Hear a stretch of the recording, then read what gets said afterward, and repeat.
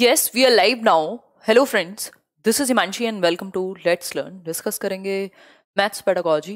Basically maths pedagogy की जितने भी इंपॉर्टेंट टॉपिक्स हो सकते हैं 10 से 15 नंबर में आपकी पेडागोजी आती है. तो एक सेशन में हम जितना मैक्सिमम पॉसिबल है इंपॉर्टेंट चीज़ों को रिवाइज करना उतनी कोशिश करेंगे और उम्मीद रहेगी कि एटलीस्ट 10 नंबर तक आप इससे स्कोर कर पाएँ. बाकी आपकी पर्सनल जो मेहनत है वो भी कंट्रीब्यूट करेगी इस चीज़ में, है ना. स्टार्ट करते हैं फिर. सभी को गुड इवनिंग, नमस्कार, राम राम, सत श्री अकाल, अस्सलाम वालेकुम, what ever you feel connected with. Session अच्छा रहेगा, आपको समझ में आएंगी चीज़ें. जिनको मैथ्स से डर लगता है एटलीस्ट मैथ्स पेडागोजी में आप कुछ अच्छा स्कोर कर पाएँ, ऐसी कोशिश रहेगी, है ना. कि बेसिकली मैथ्स पेडागोजी है क्या, पढ़ाना कैसे है या मैथ्स को कैसे हम डिस्कस कर पाएंगे. कुछ चीज़ें हैं, छोटी छोटी बातें हैं, फिर लास्ट में कुछ क्वेश्चंस भी हैं. आसान सी चीज़ें समझ में आएंगी आपको, इस बात की पक्की गारंटी है.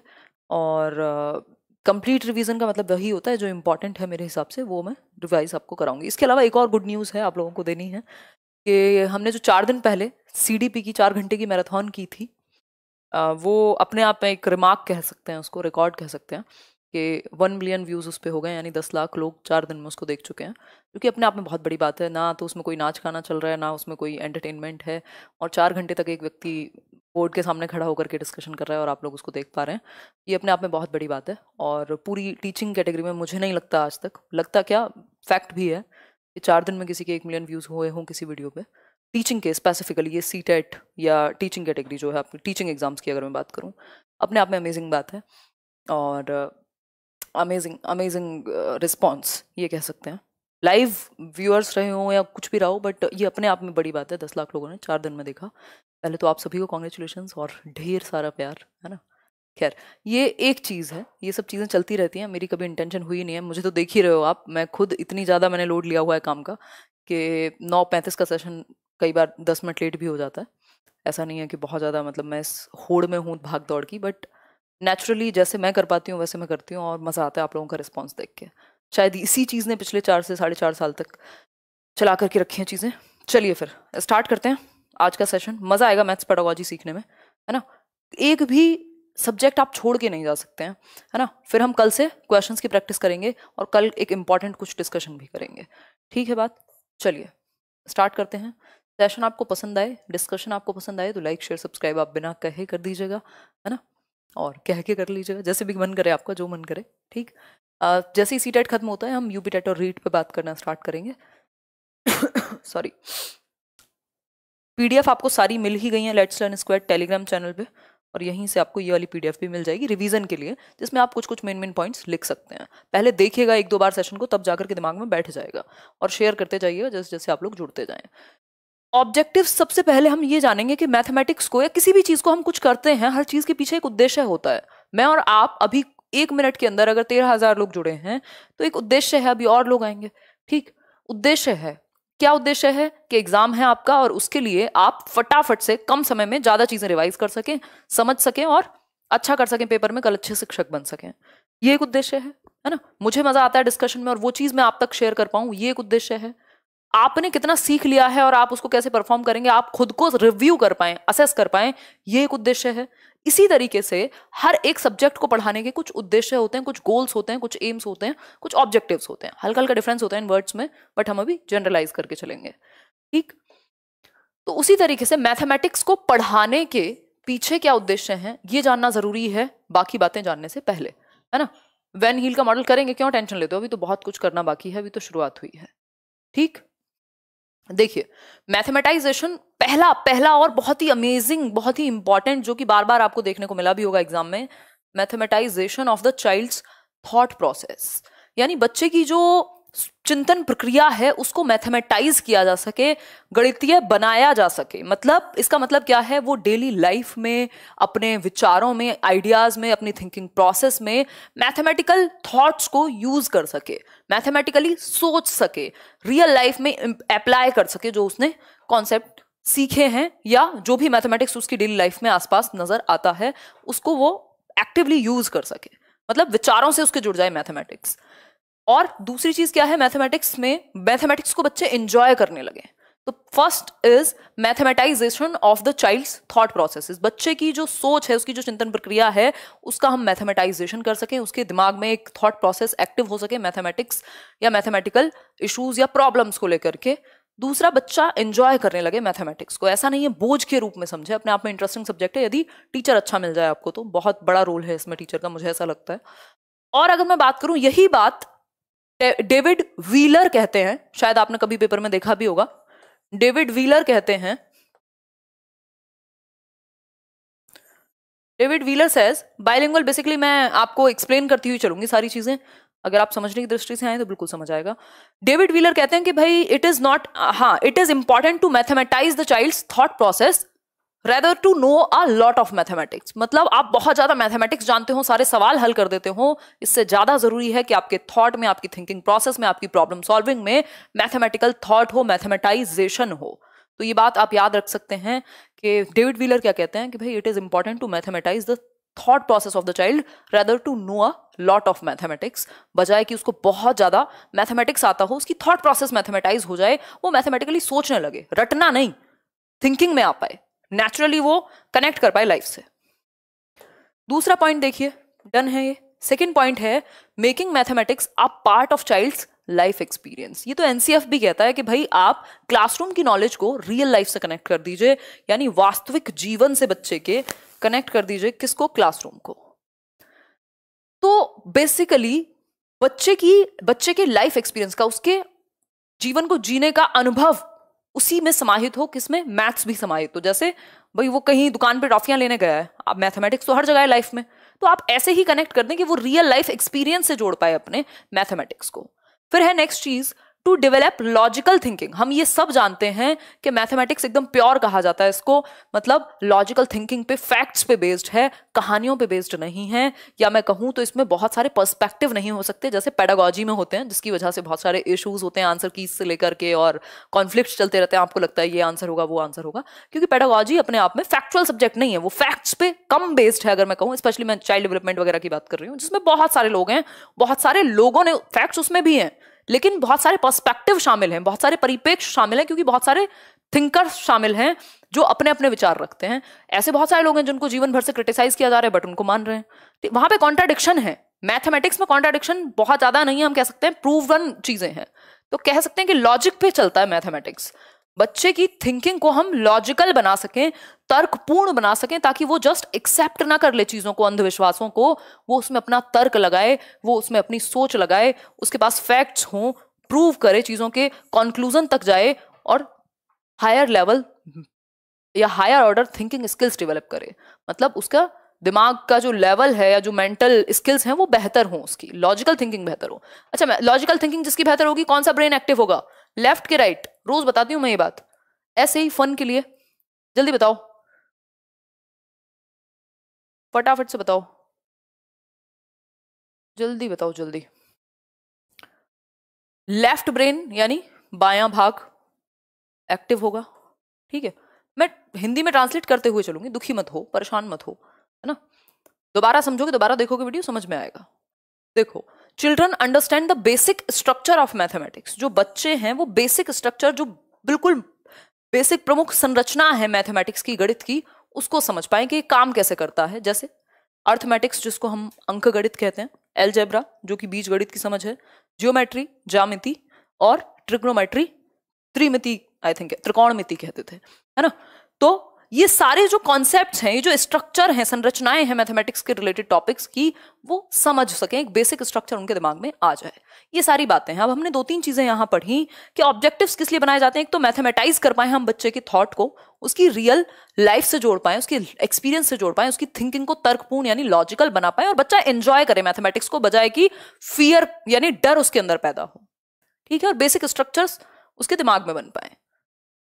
बहुत ही अमेजिंग सी बात जॉर्ज पॉलिया कहते हैं। जॉर्ज पॉलिया एक व्यक्ति हैं, जैसे डेविड व्हीलर के बारे में मैंने आपको बताया था कि बहुत ज्यादा गणित जानने से ज्यादा जरूरी है कि बच्चे की जो थिंकिंग है वो मैथमेटाइज्ड हो। जॉर्ज पॉलिया कहते हैं there are 2 aims of teaching mathematics, यानी 2 उद्देश्य हैं मैथ्स को पढ़ाने के स्कूल लेवल पर। एक है नैरो एम और दूसरा है हायर और ब्रॉड एम्स। नैरो होता है संकुचित, और हायर या ब्रॉड का मतलब है व्यापक। तो अगर मैं बात करूं नैरो एम्स की तो इसको हम कह सकते हैं संकुचित उद्देश्य कह लीजिए आप। और अगर मैं बात करूं हायर या ब्रॉड एम्स की तो इसको हम व्यापक कह सकते हैं। जैसा कि आप समझ रहे हैं, लोग भी ऐसे ही होते हैं ना, बहुत सारे लोग संकुचित बुद्धि के होते हैं, उनकी जो दुनिया है वो उसी में मग्न है, वो एक भी चीज एक्स्ट्रा एक्सेप्ट नहीं कर सकते। आज मैं देख रही थी, बड़ा फेसबुक ग्रुप पे किसी ने कुछ डाला हुआ था, वो एक पोस्ट थी, मैं सुना रही थी, वो यहाँ नहीं सुना पाऊंगी, बड़ा अजीब सा था। मतलब हमारी थॉट प्रोसेस इतनी लिमिटेड है कि हम प्रोग्रेसिव नहीं हो पा रहे विचारों से, हम वहीं अटके पड़े हैं, धारणाओं में ही हैं। तो नैरो एम बेसिकली जिसका दायरा कम हो, बुरा और अच्छा कहना गलत होगा यहाँ पे, हम ये कह सकते हैं जिसका दायरा कम हो। तो नैरो एम्स वो हैं जो लिमिटेड हैं अपने आप में लेकिन जरूरी हैं, ठीक, लिमिटेड हैं। हायर एम्स हैं जिनकी सीमाएं अंत नहीं है, जिनकी सीमाओं का व्यापक है, बहुत सारे दिशाओं में चलती हैं, ठीक। नैरो एम्स में क्या आएगा? नैरो एम्स में जस्ट आएगा बेसिक न्यूमरेसी आ जाए बच्चे को। न्यूमरेसी क्या है? बेसिक नंबर कॉन्सेप्ट्स उसके दिमाग में आ जाएं, जोड़ घटाना गुणा भाग ये सब सीख सके, यूज करके मैथ्स को रोजगार पा सके, ये है नैरो एम्स। ब्रॉड एम की बात करें तो इसका थॉट लेवल मैथमेटाइज्ड हो जाए, वो रिसर्च कर सके, कल वो रियल लाइफ में कहीं यूज कर सके, ये सारी बातें होती हैं ब्रॉड एम्स में। एक एक करके समझेंगे, कोई दिक्कत वाली बात नहीं है। नैरो एम्स की यदि मैं बात करूं तो ये हुए संकुचित एम्स, कुछ उद्देश्य पॉइंट करके समझते हैं। थैंक यू जी, धन्यवाद। और दीज एम्स, नैरो एम की बात कर रहे हैं अभी हम, ये वो एम है जो एम्फसाइज करते हैं, जो जोर डालते हैं कि हम एक इंडिविजुअल को एटलीस्ट एम्प्लॉयबल तो बना दें। भाई ज्ञान की बातें तो आप तब करेंगे ना जब पेट में कुछ होगा, तो एटलीस्ट एम्प्लॉयबल। वैसे तो हमारी पूरी एजुकेशन ही अगर हम देखें तो ज्यादातर उद्देश्य यही है कि एम्प्लॉय तो बन ही जाए हम, बेसिकली भूखे तो ना मरे, ठीक। These AIIMS emphasises on turning out employable adults जो रोजगार पा सकें और सोशल और इकोनॉमिक डेवलपमेंट में, देश के सामाजिक और आर्थिक विकास में देश के अपनी भूमिका, अपना योगदान दे सकें। तो बेसिकली नैरो एम ये कहता है कि ऐसे एम्प्लॉयबल अडल्ट्स हम जनरेट कर दें जिनको बेसिक अकाउंटिंग आती हो, मैथमेटिक्स आती हो, जो समाज और आर्थिक स्थिति को बेहतर बना सकें, देश के डेवलपमेंट को आगे ले जा सकें। तो एम्प्लॉयबल या एम्प्लॉयमेंट पहला उद्देश्य हुआ। This is related to numerical operations. अब ये कैसे काम करेगा? ऑब्वियसली आपको न्यूमेरिकल ऑपरेशंस आने चाहिए, भाई जोड़ घटाना गुणा भाग, मेजरमेंट, फ्रैक्शन, परसेंटेज, क्योंकि इनकी डेली लाइफ में या ज्यादातर सब जगह पे रोजगारों में जरूरत पड़ेगी। एक बेसिक जो दुकान खोल करके बैठा है शॉपकीपर, पकौड़े वाले को भी जरूरत है भाई, उसको भी जरूरत पड़ेगी, परसेंटेज की भी पड़ेगी, उसको एडिशन की भी पड़ेगी, उसको मल्टीप्लिकेशन की भी पड़ेगी, उसको पूरा हिसाब रखना है। हो सकता है उसका हिसाब मुझसे और आपसे ज्यादा अच्छा हो, ठीक। तो ये न्यूमेरिकल ऑपरेशंस नैरो एम के अंदर आते हैं, सिकुड़ता हुआ नैरो कह सकते हैं। Thus the limited aim of mathematics is to develop useful abilities, वो abilities जो रियल लाइफ में या लाइफ एक्सपीरियंसेस में लोगों के ज्यादा काम आती हैं, जो वो डेली लाइफ में यूज कर पाए। बेसिक कैलकुलेशंस कह सकते हैं, बेसिक कैलकुलेशंस कह सकते हैं, है ना। यहां तक की बात समझ में आ रही है? समझ में आ रही है तो लाइक शेयर करके बता ही देना, है ना। ऐसे 3 बार कहने का उद्देश्य रखा हुआ है, 2 बार कह चुकी हूं, देखो एक बार। नेक्स्ट है ब्रॉड एम्स यानी व्यापक उद्देश्य। व्यापक उद्देश्य की यदि मैं बात करूं, व्यापक उद्देश्य यानी ब्रॉड एम्स कौन से हो सकते हैं? भाई जिनकी जो सीमाएं हैं वो अंत नहीं है उनका कुछ, वो कह सकते हैं कि एक बड़े ऑब्जेक्टिव को या बड़े परिप्रेक्ष्य में एक ब्रॉड व्यू से देखते हैं चीजों को। जैसे कि बच्चे जो है वो मैथमेटिकली सोच सके, मैथमेटिकली सोच सके कहां से कौन सी थियरम आई, प्रूव कैसे होती हैं चीजें, कहां पे कैसे अप्लाई होंगी, कुछ रिसर्च कैसे नई होंगी, कैसे आप नई नई डिस्कवरी करेंगे। बेसिकली उसके थॉट में मैथमेटिक्स आ सके, थिंकिंग प्रक्रिया में मैथमेटिक्स घुस सके, लॉजिकल डिस्कशन वो कर सके, चीजों पे तर्कपूर्ण उसकी सोच हो, लॉजिकल कंक्लूजन्स निकाल सके, जो बिलीफ्स हैं, जो कुछ मान ली गई चीजें हैं, उनका लॉजिकल कंक्लूजन क्या है, उनका निष्कर्ष क्या है, तर्कपूर्ण ढंग से जब हम देखते हैं, सिर्फ मान तो नहीं लिया है हमने कि थर्सडे को कपड़े धोएंगे तो प्रॉब्लम हो जाएगी। नेक्स्ट है अंडरस्टैंड एब्स्ट्रैक्टनेस। मैं नहीं कह रही हूं, I am just questioning the thing, है ना। अंडरस्टैंड एब्स्ट्रैक्टनेस यानी अमूर्तता को समझ सके। मूर्त चीज को समझना आसान है, कॉन्क्रीट जिसको हम कहते हैं 7 से 11 वर्ष में ही समझ आ जाती है कॉन्क्रीट ऑब्जेक्ट्स की, बट अमूर्तता जो है, जो सामने नहीं दिख रही, उस चीज की डिस्कवरी हम कर पाए, उस चीज को हम सोच पाए, तो एब्स्ट्रैक्टनेस को हम समझ पाए, सॉल्यूशन फाइंड आउट कर पाए किसी एक समस्या का, प्रॉब्लम प्रॉब्लम सॉल्विंग हमारे अंदर डेवलप हो, ये अपने आप में बड़ी चीज है। ठीक है, कोई बफरिंग नहीं है यहाँ से। 18,610 लोग अभी भी हैं। अब एनसीएफ क्या कहता है इसके बारे में, जो कि इंपॉर्टेंट है भाई, एक आध क्वेश्चन तो आता ही है।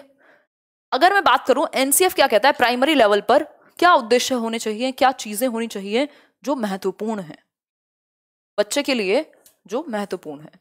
ब्रॉड तो बहुत ज्यादा क्या ही पूछेगा, भास्कर कह रहे हैं, बहुत बढ़िया। देखिए, तो हम कह सकते हैं एंश्योरिंग न्यूमरेसी, बच्चे में बेसिक जो नंबर की समझ है वो आ सके, कैलकुलेशन से लेकर के बेसिक कैलकुलेशंस डेली लाइफ में जो यूजेज वाली हैं वो कर सके। ये एक इंपॉर्टेंट चीज है, बेसिक न्यूमरेसी डेवलप होना। यूनिवर्सलाइजेशन ऑफ एलिमेंट्री एजुकेशन के अंदर यूईई कहते हैं इसको, यूईई, यूनिवर्सलाइजेशन ऑफ एजुकेशन, मतलब सार्वभौमिकरण कर सके हम शिक्षा का, सब तक पहुंच सके शिक्षा, 6 से 14 वर्ष के बीच के बच्चों का फंडामेंटल राइट बन सके। 86वें संविधान संशोधन में ये चीज पास हुई थी, इंडिपेंडेंस के टाइम से ही इस चीज को बढ़ावा दिया जा रहा था। ठीक है, तो हम कह सकते हैं कि न्यूमरेसी आ जाए, बेसिकली वो मैथमेटिक्स को जितना जरूरत है लाइफ में यूज करना सीख लें। ये मैथमेटिक्स कहता है प्राइमरी लेवल पे, प्राइमरी लेवल पे बेसिक कैलकुलेशन, बेसिक न्यूमरेसी उनमें आ जाए। जैसे इंग्लिश में होता है कि भाई बेसिक प्रोफिशिएंसी उनकी लिसनिंग, स्पीकिंग, रीडिंग, राइटिंग में डेवलप हो जाए। At this level progression should be from concrete to abstract. This is important, बहुत बार पूछा है घुमा घुमा के, और प्याजे से भी कई बार पूछ लेता है घुमा करके। इस लेवल पर यानी प्राइमरी लेवल पे, 1st to 5th के लेवल पे बच्चे की जो प्रोग्रेशन है वो कॉन्क्रीट यानी मूर्त से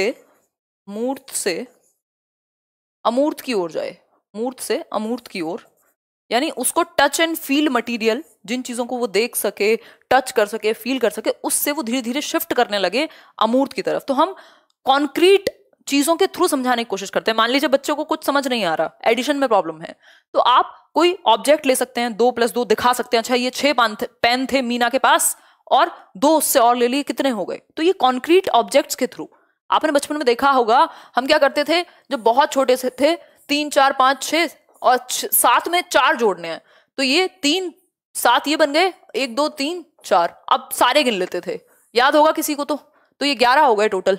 मतलब ये कॉन्क्रीट ऑब्जेक्ट है, मतलब कॉन्क्रीट टू एब्स्ट्रैक्ट जा सके। तो बच्चा पहले कॉन्क्रीट चीजें सीखता है जिनको वो देख सके, टच कर सके, फील कर सके।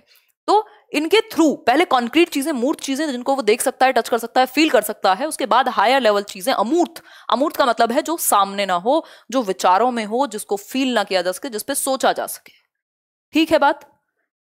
अपसेट लग रही हूँ, अच्छा पता नहीं यार, एनर्जी की थोड़ी कमी है आज। मुझे भी नहीं यकीन था कि 5 दिन मैराथन चल जाएगी, मतलब जैसा बहुत अच्छी तबीयत चल नहीं रही थी, अभी भी हाल वही है।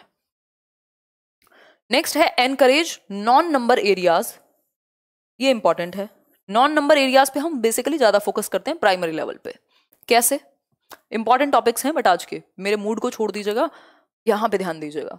अगर मैं बात करूं नॉन नंबर्स की, जिसमें नंबर का नहीं, जिनमें विजुअल्स का ज्यादा यूज हो, जैसे शेप्स हो सकती हैं अलग अलग, स्पेशल अंडरस्टैंडिंग यानी शेप, साइज, प्रकार, इन सब के बारे में अलग अलग वो पहचान सके। पैटर्न्स हो सकते हैं अलग अलग, आपने देखा होगा प्राइमरी की बुक उठा करके, उसमें ऐसी चीजें हैं। मेजरमेंट की बेसिक चीजें आ जाएं उसको, कौन किससे बड़ा है, लंबा है। डेटा हैंडलिंग, अब ये आपको याद रखना है, ये सारे चैप्टर्स हैं प्राइमरी लेवल में, ये सारे चैप्टर्स प्राइमरी लेवल में हैं। आपसे पूछ लेता है कौन से चैप्टर प्राइमरी लेवल पे नहीं है, तो इनके अलावा वैसे और भी हैं, बट ये मेन चैप्टर्स हैं जो प्राइमरी लेवल पे हैं और आपको याद होने चाहिए। ठीक है, 17 से आपके साथ हूं, अब्दुल वाहब। ठीक है, अरे आकांक्षा गुस्सा कर रही है, कह रही है 4000 लोगों ने लाइक नहीं किया। आकांक्षा इतने रेड इमोजी मत भेजो, मैं डर गई हूं, इनका तो पता नहीं। देखो एक बार, यहां तक की बात क्लियर है। Basically non number concepts like understanding, patterns, measurement, data handling, इन सबको उसको, या सिमेट्री, ऐसे कॉन्सेप्ट्स आ सके उसके दिमाग में, ये बेसिकली प्राइमरी लेवल का गोल है। कॉन्सेप्ट मैपिंग पे एक क्वेश्चन आता है, भाई व्हाट इज कॉन्सेप्ट मैपिंग? इसका एक पिक्चर ऐड करना मैं भूल गई हूँ, बट याद समझ में आ जाएगा आपको। संप्रत्यय जो भी कहते होंगे मैपिंग को, मानचित्रण, संप्रत्यय मानचित्रण, concept mapping. What is concept mapping? Question आया हुआ है इसमें 2018 में भी, 19 में भी आई थिंक। कॉन्सेप्ट मैपिंग क्या है? It is a schematic drawing. Schema तो आपने सुना ही होगा पियाजे की थियरी में। स्कीमेटिक ड्राइंग मतलब आप अपने दिमाग में अच्छे कॉम्प्रीहेंशन के लिए, समझ के लिए एक ड्राइंग बनाते हैं, कुछ फ्लो चार्ट जैसा, या कुछ भी आसानी से जो आप समझ सकें कॉन्सेप्ट्स को एक दूसरे से रिलेट करके। जैसे आपने क्या किया होगा, मैथ्स पेडागोजी है मान लीजिए, उसमें आपने जोड़ा हुआ होगा जियोमेट्री, जियोमेट्री में जो वो पढ़ेंगे वैन हील, इधर हम कॉन्सेप्ट मैप पढ़ रहे हैं, ऑब्जेक्टिव्स पढ़ रहे हैं, तो प्राइमरी ऑब्जेक्टिव क्या है, एनसीएफ ने कौन से बताए हैं। बेसिकली आप फ्लो चार्ट्स वगैरह का यूज करके एक आसान से समझ बना लेते हैं अपने लिए, एक स्केमेटिक ड्राइंग बना लेते हैं जो आपके दिमाग में याद रह जाए। आपको रिलेशनशिप बिल्ड करके कॉन्सेप्ट्स में आपस में जो संप्रत्य हैं, अलग अलग चैप्टर्स हैं, उनका आपस में रिलेशन क्या है, इसको कनेक्ट कर लेते हैं एक दूसरे से। फाइनल नोट्स नहीं बनाते लोग यूपीएससी वगैरह में, आपने भी बनाते ही होगे ऑब्वियस है, सबने बनाए अपने कॉलेज वगैरह में। It is a hierarchical structure, ये इंपॉर्टेंट है। ये क्या है, हायरार्किकल स्ट्रक्चर है, मतलब अनुक्रम है इसमें एक, कि भाई यहां से शुरू हुआ, ये इसका सब टॉपिक है, ये इसका सब टॉपिक है, फिर इसका कोई सब टॉपिक है, मतलब हायरार्की है, नीचे से ऊपर की तरफ या ऊपर से नीचे की तरफ जा रहा होगा। ठीक है बात, हायरार्किकल है ये।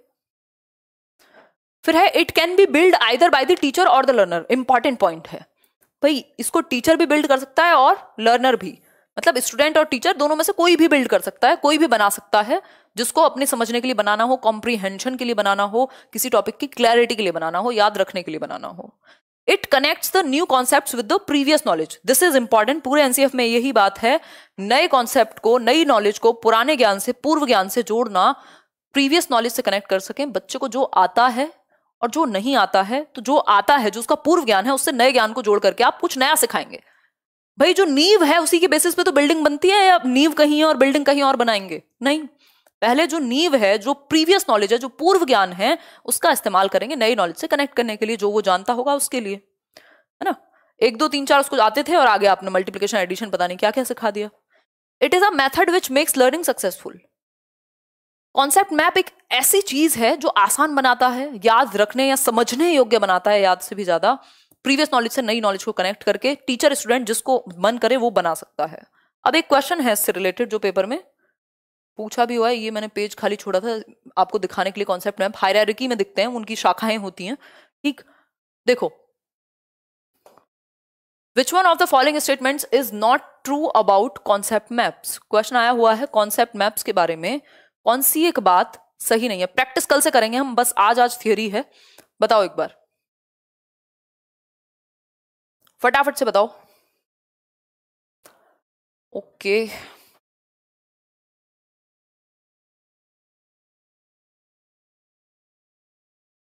यार ये माइक मिश्रा जी हमारे पता नहीं कब चेंज कराएंगे, इसे लगाते ही सर में दर्द होता है। देखो एक बार आंसर करो फटाफट से। बी ऑप्शन, बी ऑप्शन मतलब concept map should be constructed by teachers only. ये बात गलत है, क्योंकि अभी हमने पढ़ा था कि it can be constructed by teachers, either bye teacher और स्टूडेंट, बच्चा भी बना सकता है और टीचर भी बना सकता है। कॉन्सेप्ट मैप कोई बहुत बड़ी बात इसमें नहीं है, लेकिन ये कह रहे हैं सिर्फ टीचर ही बनाएगा, ये बात गलत है। बाकी की 3 बातें तो सही होंगी, उनको भी तो जान सकते हैं हम इन्हीं ऑप्शंस से। जब प्रीवियस ईयर कर रहे होते हैं तो इनको ध्यान से पढ़ा कीजिए बाकी के ऑप्शंस को। Concept maps represent a collection of interconnected concepts and links between them. बिल्कुल सही बात है, इंटरकनेक्टेड, एक कॉन्सेप्ट दूसरे से कैसे जुड़ा हुआ है, इन सब चीजों को दिखाता है। Concept maps are hierarchical in nature, ये मैथ्स में ही नहीं हर सब्जेक्ट में बनाए जाते हैं। हायरार्किकल होते हैं, अभी हमने पढ़ा था, मतलब हायरार्की में होते हैं, नीचे से ऊपर जाते हैं, शाखाएं निकलती जाती हैं। Concept maps help in linking prior knowledge, पूर्व ज्ञान से नई नॉलेज को जोड़ने में बड़ी हेल्प करते हैं, क्योंकि जो आप जानते थे उसमें एक और शाखा लगा ली आपने, एक और हायरार्की जोड़ दी कि अब इससे ये कनेक्टेड है, इस पे ये बेस्ड है, इस पे ये बेस्ड है, ठीक। नॉट लिखा हुआ है, इसलिए क्वेश्चन को ध्यान से करेंगे। ये आपका फेवरेट है, ज्योमेट्रिकल थिंकिंग यानी ज्यामितीय विचार पे एक थियोरी है जो कि इंपॉर्टेंट है, वैन हीले की, वैन हील भी कह देते हैं इनको हम, वैन हील की थियोरी है ज्योमेट्रिकल थॉट या ज्योमेट्रिकल थिंकिंग की, ज्यामितीय विचार की, ठीक है। क्या नाम है इनका, वैन हील। इनके हमारे लिए बेसिकली 4 लेवल हैं, वैसे आप 0 से काउंट करेंगे तो 5 लगेंगे, बट हम 0 लेवल से काउंट करते हैं, आसानी रहती है और कॉन्सेप्चुअल भी है। आपको सिर्फ 3 याद रखने हैं, मतलब 4 याद रख लोगे तो बहुत ज्यादा हो जाएगा, पेपर 2 के लिए भी हो जाएगा, नहीं तो प्राइमरी के लिए यहां तक ही रहेगा तो भी चलेगा, ठीक। समझ लेते हैं, आसान सी चीज है, समझ लेते हैं फटाफट से। अगर मैं बात करूं यहां, दिस इज समथिंग, देखो एक बार दिख रहा होगा, बिल्कुल क्लियरली दिख रहा होगा मेरे ख्याल में, समझते जाओ। पहला 0 लेवल है विजुअलाइजेशन, पहला ही लेवल मान लो आप इसको, 0 है। नंबर क्या है, 0। विजुअलाइजेशन, विजुअलाइजेशन क्या होता है, आपने सोचा, विजुअलाइज किया कि आप उत्तराखंड में हैं, है ना, पहाड़ हैं, नदी बह रही है सामने, आप वो डाल के बैठे हुए हैं पहाड़ों में, जो वो मूढ़े मिलते हैं, है ना, हवा चल रही है, ऐसे पानी को टच किया आपने, बहुत बर्फ से जैसा पानी है, विजुअलाइज कर रहे हैं आप, आंखों से देख रहे हैं, है ना। तो विजुअलाइजेशन जो है, आंखों से नहीं तो मतलब प्रॉपर आप अभी कल्पना कर रहे हैं और हो सकता है सामने आपके बिल्कुल वो चीज प्रेजेंट हो। विजुअलाइजेशन का सिंपल मतलब है आप शेप्स को देखने के बेसिस पे शेप्स पहचान लेते हैं, भाई ये भी है, ये भी है, एक इस तरीके की कुछ कुछ शेप्स होती हैं, आप ये देख सकते हैं। तो शेप्स को आप पहचान पा रहे हैं और उनकी क्लासेस को पहचान पा रहे हैं कि अच्छा अलग अलग भी होती हैं ये। एक तो शेप्स हैं, देख करके पहचान पा रहे हो, आइडेंटिफाई कर पा रहे हो, और इनकी क्लासेस अलग अलग हैं, ये अलग है, ये अलग है, ये अलग है। कैसे अलग है आपको नहीं पता, बट है अलग। ये शेप्स होती हैं, आप ये देख रहे हो, बच्चा देख रहा है ये शेप है, ठीक है। इस बात को समझने में यहां तक कोई दिक्कत मेरे ख्याल में नहीं हो गई। जय हिंद अंकित सिंह जैकमैन, ठीक भाई, समझने में कोई दिक्कत नहीं होगी ना। शेप्स को आपने अलग अलग शेप देख ली,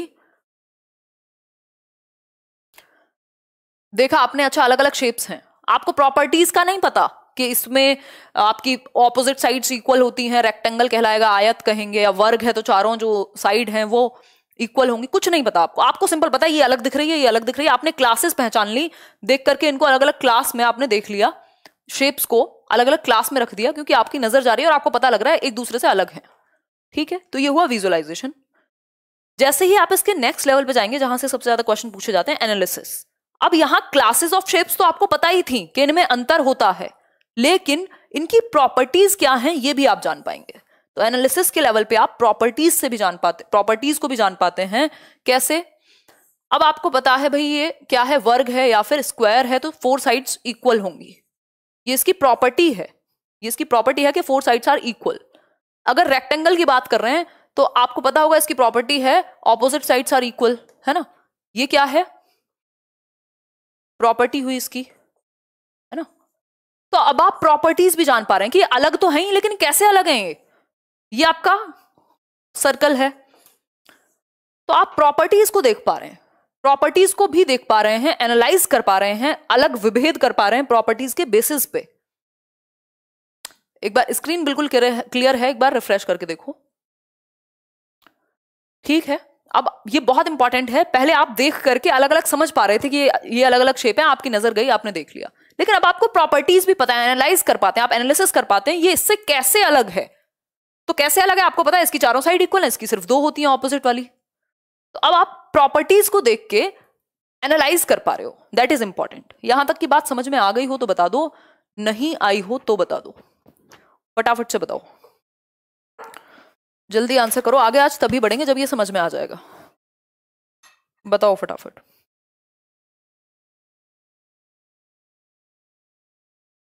यार यहां से मुझे इतना क्लियर दिख रहा है और मैंने इतनी बड़ी स्क्रीन में चलाया हुआ है, 2-2 3-3 स्क्रीन में चल रहा है, सब में क्लियर है, आपके पास क्लियर नहीं है, कमाल करते हो।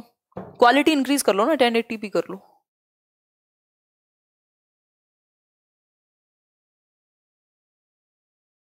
ये बात क्लियर है, यहां सिर्फ आप देख पा रहे थे, अंतर कर पा रहे थे, लेकिन यहां आपको प्रॉपर्टीज पता है, उनके बेसिस पे अंतर कर पा रहे हैं एनालिसिस के लेवल पे। ये 0 था, ये फर्स्ट लेवल है। सेकंड है इनफॉर्मल डिडक्शन। इसमें क्या है, प्रॉपर्टीज तो यू ऑलरेडी नो, एनालिसिस में ही पता लग गई थी। अब आपको एक चीज और ऐड हो जाएगी, आप रिलेशन भी जान पाओगे उन प्रॉपर्टीज के अंदर कि ये बनती कैसे हैं, इनका फॉर्म क्या है, आपस में रिलेशन क्या है इन प्रॉपर्टीज का। 2 साइड्स हैं तो क्यों अलग हैं, क्यों सेम है, बना कैसे, फॉर्मूला कहां से आया, ये सारी चीजें। डिडक्शन में क्या है, ये जरूरत नहीं है वैसे, आप यहीं तक कीजिए, कोई दिक्कत नहीं है। इसमें आप प्रूव कर सकते हैं थियरम से लेकर के और चीजें, बट इतनी 3 चीजें आपको याद रहेंगी, आपका नंबर आ जाएगा, कोई दिक्कत वाली बात ही नहीं है। ये ऊपर के जो है वो प्राइमरी लेवल से ऊपर चले जाते हैं, ये शुरुआत के 3 इंपॉर्टेंट हैं, ठीक, क्लियर है। आगे बढ़े, ये इसकी डिस्क्रिप्शन है जो आपको पीडीएफ में मिल जाएगी और आपको समझने में मदद करेगी। क्या हो क्या रहा है ये, अपनी मर्जी से क्यों चल रहा है भाई। देखो यहाँ पे ये 0 लेवल से पढ़ना है इसको, 0 1 2 3, इस चार्ट में नंबरिंग अलग है, बाकी एक्सप्लेनेशन बिल्कुल अप टू द मार्क है, खुद पढ़ लीजिएगा इसको, अभी समझा ही दिया मैंने।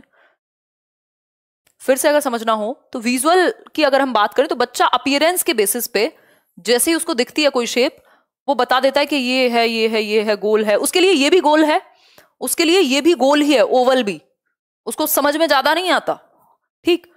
एनालिसिस में प्रॉपर शेप्स की प्रॉपर्टीज पता होंगी, एब्स्ट्रैक्शन जिसको हम इनफॉर्मल डिडक्शन कह रहे हैं, उसका दूसरा नाम एब्स्ट्रैक्शन है, उसको रिलेशनशिप पता है किस प्रॉपर्टी का कैसे अंतर क्या है।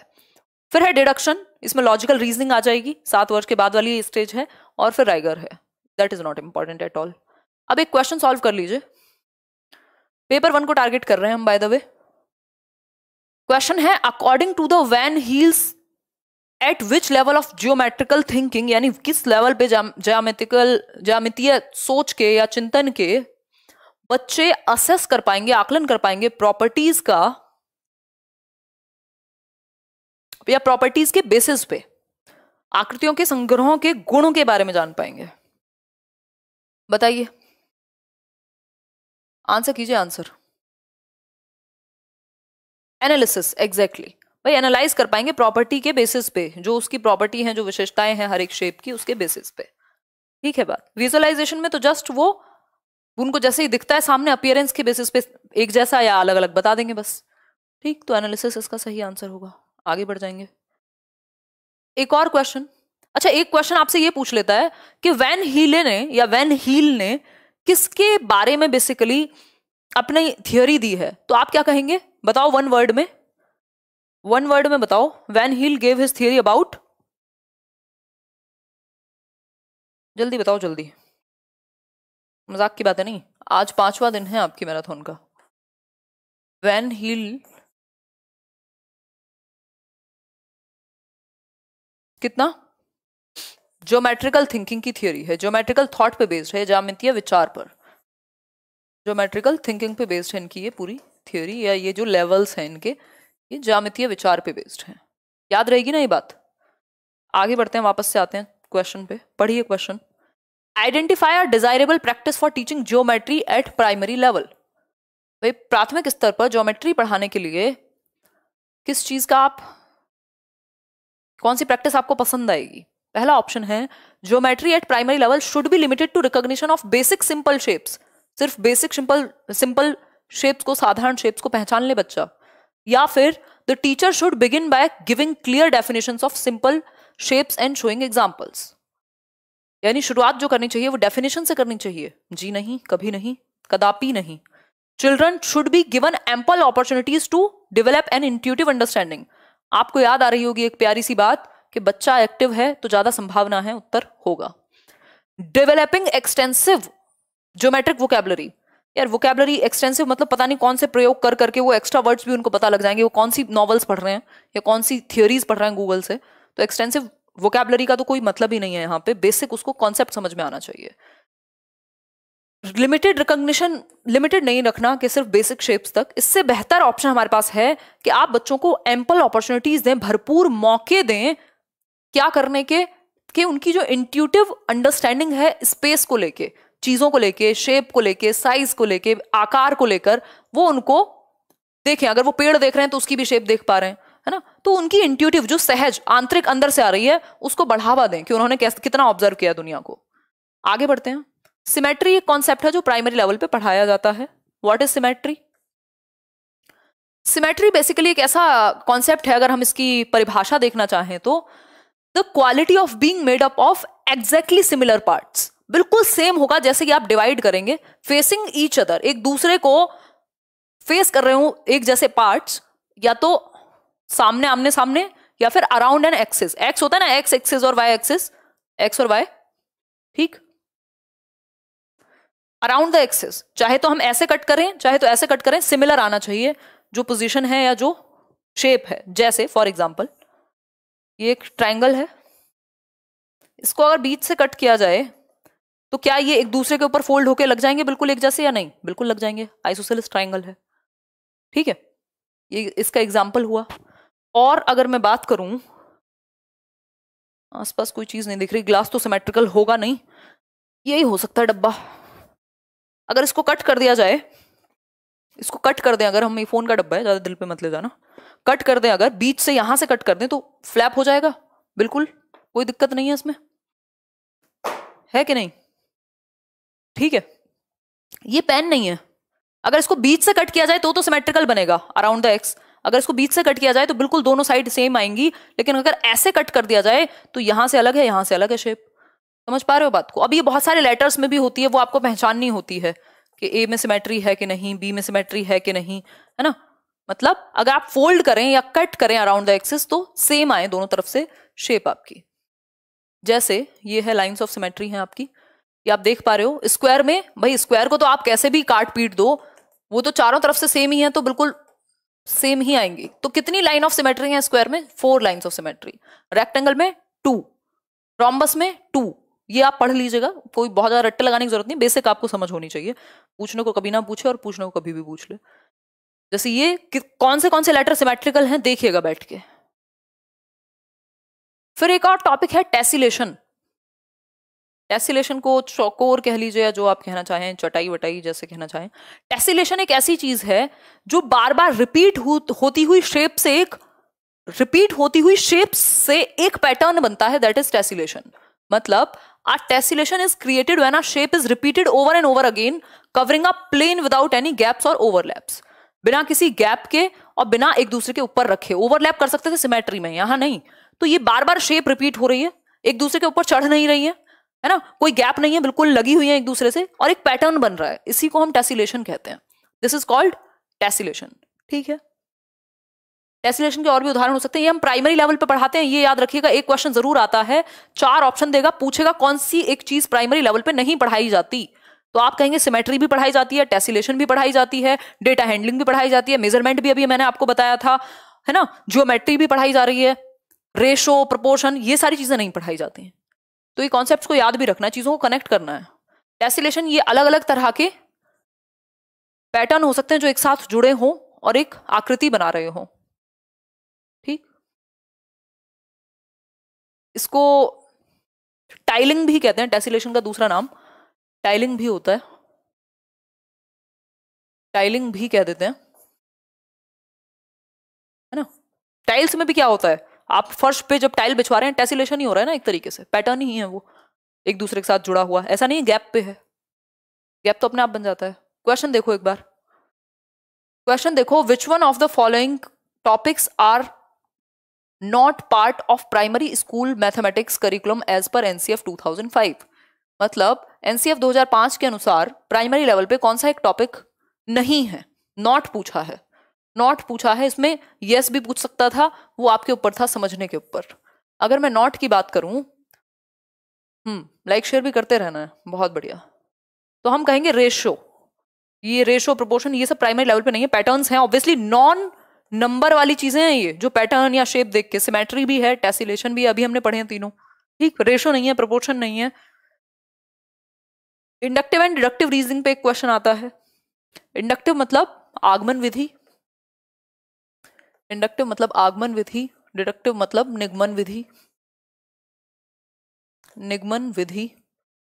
ठीक है, ये बात समझ पा रहे हो कि नहीं, बताइए सरकार। आगमन व निगमन, तर्क।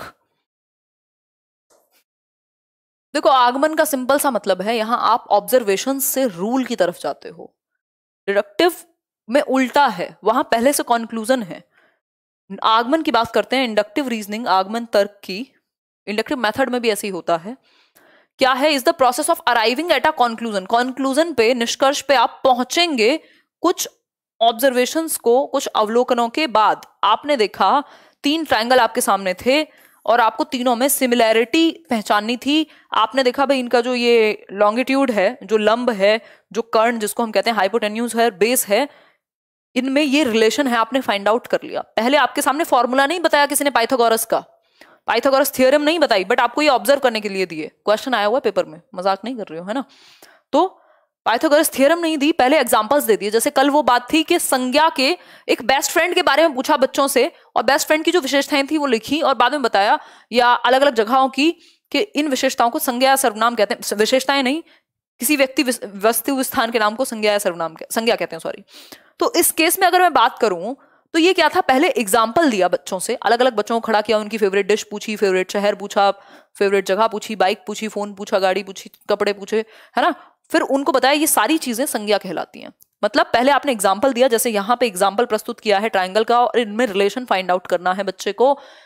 मतलब ऑब्जर्वेशन से, एग्जाम्पल से रूल की तरफ जाएगा बच्चा, किसमें, इंडक्टिव मेथड में। डिडक्टिव में उल्टा है, निगमनात्मक में उल्टा है। निगमनात्मक में पहले निष्कर्ष, पहले कंक्लूजन, पहले रूल होगा a प्लस बी का whole square is equal to a square plus B square plus 2ab। ये क्या है, पहले रूल बता दिया, देन आप एग्जाम्पल पे गए, दैट मीन्स डिडक्टिव रीजनिंग है। ठीक है, बात क्लियर हो गई बात। मोबाइल नहीं था यार, ये फोन था, वो वाला पता नहीं, कॉर्डलेस, वो घर वाला फोन, ऑफिस वाला फोन नहीं था। इंडक्टिव मेथड टेलीफोन था ये प्रॉपर मोबाइल नहीं था। देखो एक बार इंडक्टिव मेथड के बारे में थोड़ा सा जान लेते हैं, जरूरी है ये बेसिक्स आपको पता होना चाहिए, कई बार पूछ सकता है डेफिनेशन के रूप में। समय हुआ है 10:25 और हम लोग काफी संख्या में जुड़े भी हुए हैं। इंडक्टिव यानी आगमन विधि,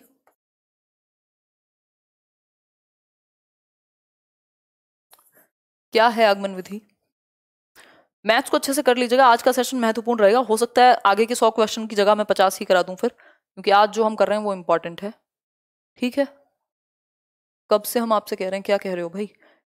इन this method first examples are, पहले फर्स्ट एग्जाम्पल्स, पहले उदाहरण और फिर कंक्लूजन या नियम बताया जाएगा। ये एक मैक्सिम पे, एक विचारधारा पे बेस्ड है, पर्टिकुलर टू जनरल जाने के। पर्टिकुलर क्यों? क्योंकि उदाहरण हमेशा पर्टिकुलर विशिष्ट होता है और रूल हमेशा जनरल होता है, सबके लिए एक जैसा सामान्य होता है। कॉन्क्रीट टू एब्स्ट्रैक्ट, जो सामने है उससे अमूर्त की तरफ जाते हैं इंडक्टिव मेथड में। बच्चों के लिए ये ज्यादा अच्छा भी रहता है कई बार, और हमको मिक्स भी करके हम पढ़ा सकते हैं। नोन टू अननोन, जो वो जानता है और जो वो नहीं जानता, दोनों के बीच में एक इमारत बिल्ड करते हैं, मतलब प्रीवियस नॉलेज से कनेक्ट कर पाते हैं यहाँ हम नई नॉलेज को। दिस इज ज्यादा बेहतर, this is important, this is better, ये कह सकते हैं हम। आगे बढ़ते हैं। स्टेप्स क्या होंगे इंडक्टिव मेथड के? अगर आप कोई चीज पढ़ा ही रहे हैं बच्चों को, तो स्टेप्स क्या होंगे? पहले आप एग्जाम्पल्स बताते हैं, पहले आप एग्जाम्पल्स बताते हैं। जैसे मैंने अभी शेप्स की बात की, आपने एग्जाम्पल्स प्रस्तुत किए, आपने उनके सामने रेक्टेंगल रखे कुछ और कहा देखो इनमें क्या विशेषता है, इनमें कॉमन क्या है, फिर वो बताएंगे उनको जो कॉमन लगेगा। फिर बाद में आप रूल तक ले जाओगे कि देखो ऑपोजिट साइड इक्वल है इसलिए इसका एरिया ये होता है, रूल बाद में बताओगे आप। तो कंक्लूजन आप ऑब्जर्व करके एग्जांपल्स को तब बताते हो। मॉम का फोन आ रहा है खाने के लिए, रुको 1 मिनट। बिल्ड कॉन्सेप्ट, मतलब कॉन्सेप्ट बिल्ड करते हो आप एग्जाम्पल से। Attestation of concept on the basis of examples, भाई आपने जो कॉन्सेप्ट बनाया, जो एग्जाम्पल से रूल पे गए, उसको अटेस्ट भी तो करोगे, फाइनलाइज भी तो करोगे, सही है कि नहीं है, तो बाद में आप प्रूव करके भी देख सकते हो। आगे बढ़ेंगे, डिडक्टिव मेथड की तरफ बढ़ते हैं। ज्यादा बड़ा इसमें बहुत ज्यादा चीजें नहीं है मैथ्स की, अगर मैं बात करूं पेडागोजी की, ये इंपॉर्टेंट है। इसके बाद क्या है? इसके बाद बहुत ज्यादा चीजें रहेंगी नहीं, फिर प्रैक्टिस भी करेंगे। और डिडक्टिव मेथड है, इसके स्टेप्स हैं, हाँ फिर प्रैक्टिस है, कुछ टीचिंग लर्निंग प्रोसेस के बारे में है, टीचिंग लर्निंग मटीरियल है, बस खत्म हो जाएगा। देखो एक बार डिडक्टिव मेथड, देखो एक बार निगमन विधि, देखो डिडक्टिव में हमेशा हमेशा हमेशा हम रूल्स से एग्जाम्पल की तरफ जाएंगे। किससे जाएंगे? रूल्स से एग्जाम्पल की तरफ जाएंगे। नहीं, मासी के पास नहीं रहती मैं, मासी हमारे पास रहती हैं आजकल, जाएंगी वैसे वो रुको 1 मिनट, देखो एक बार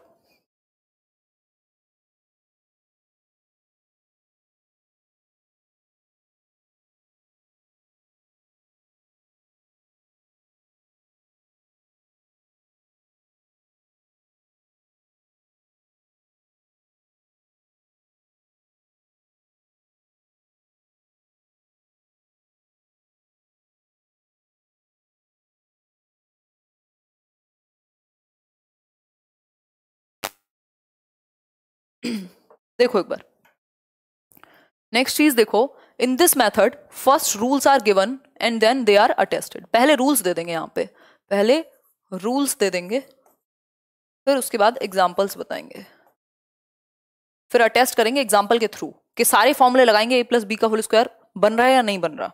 ठीक है, तो ये कह सकते हैं हम। फिर इसके बाद वाली जो बात है, आप जैसे शिक्षक हमारे भारत में हैं, हमें आप पर गर्व है, आप सरकारी प्राइमरी शिक्षण को सुदृढ़ बनाने में अपना अहम योगदान दे रहे हैं, धन्यवाद जी। बाकी पेडागोजी तो जहां पे भी आप पीजीटी में पढ़ रहे हो, टीजीटी में पढ़ रहे हो, आई एम देयर। देखिए एक बार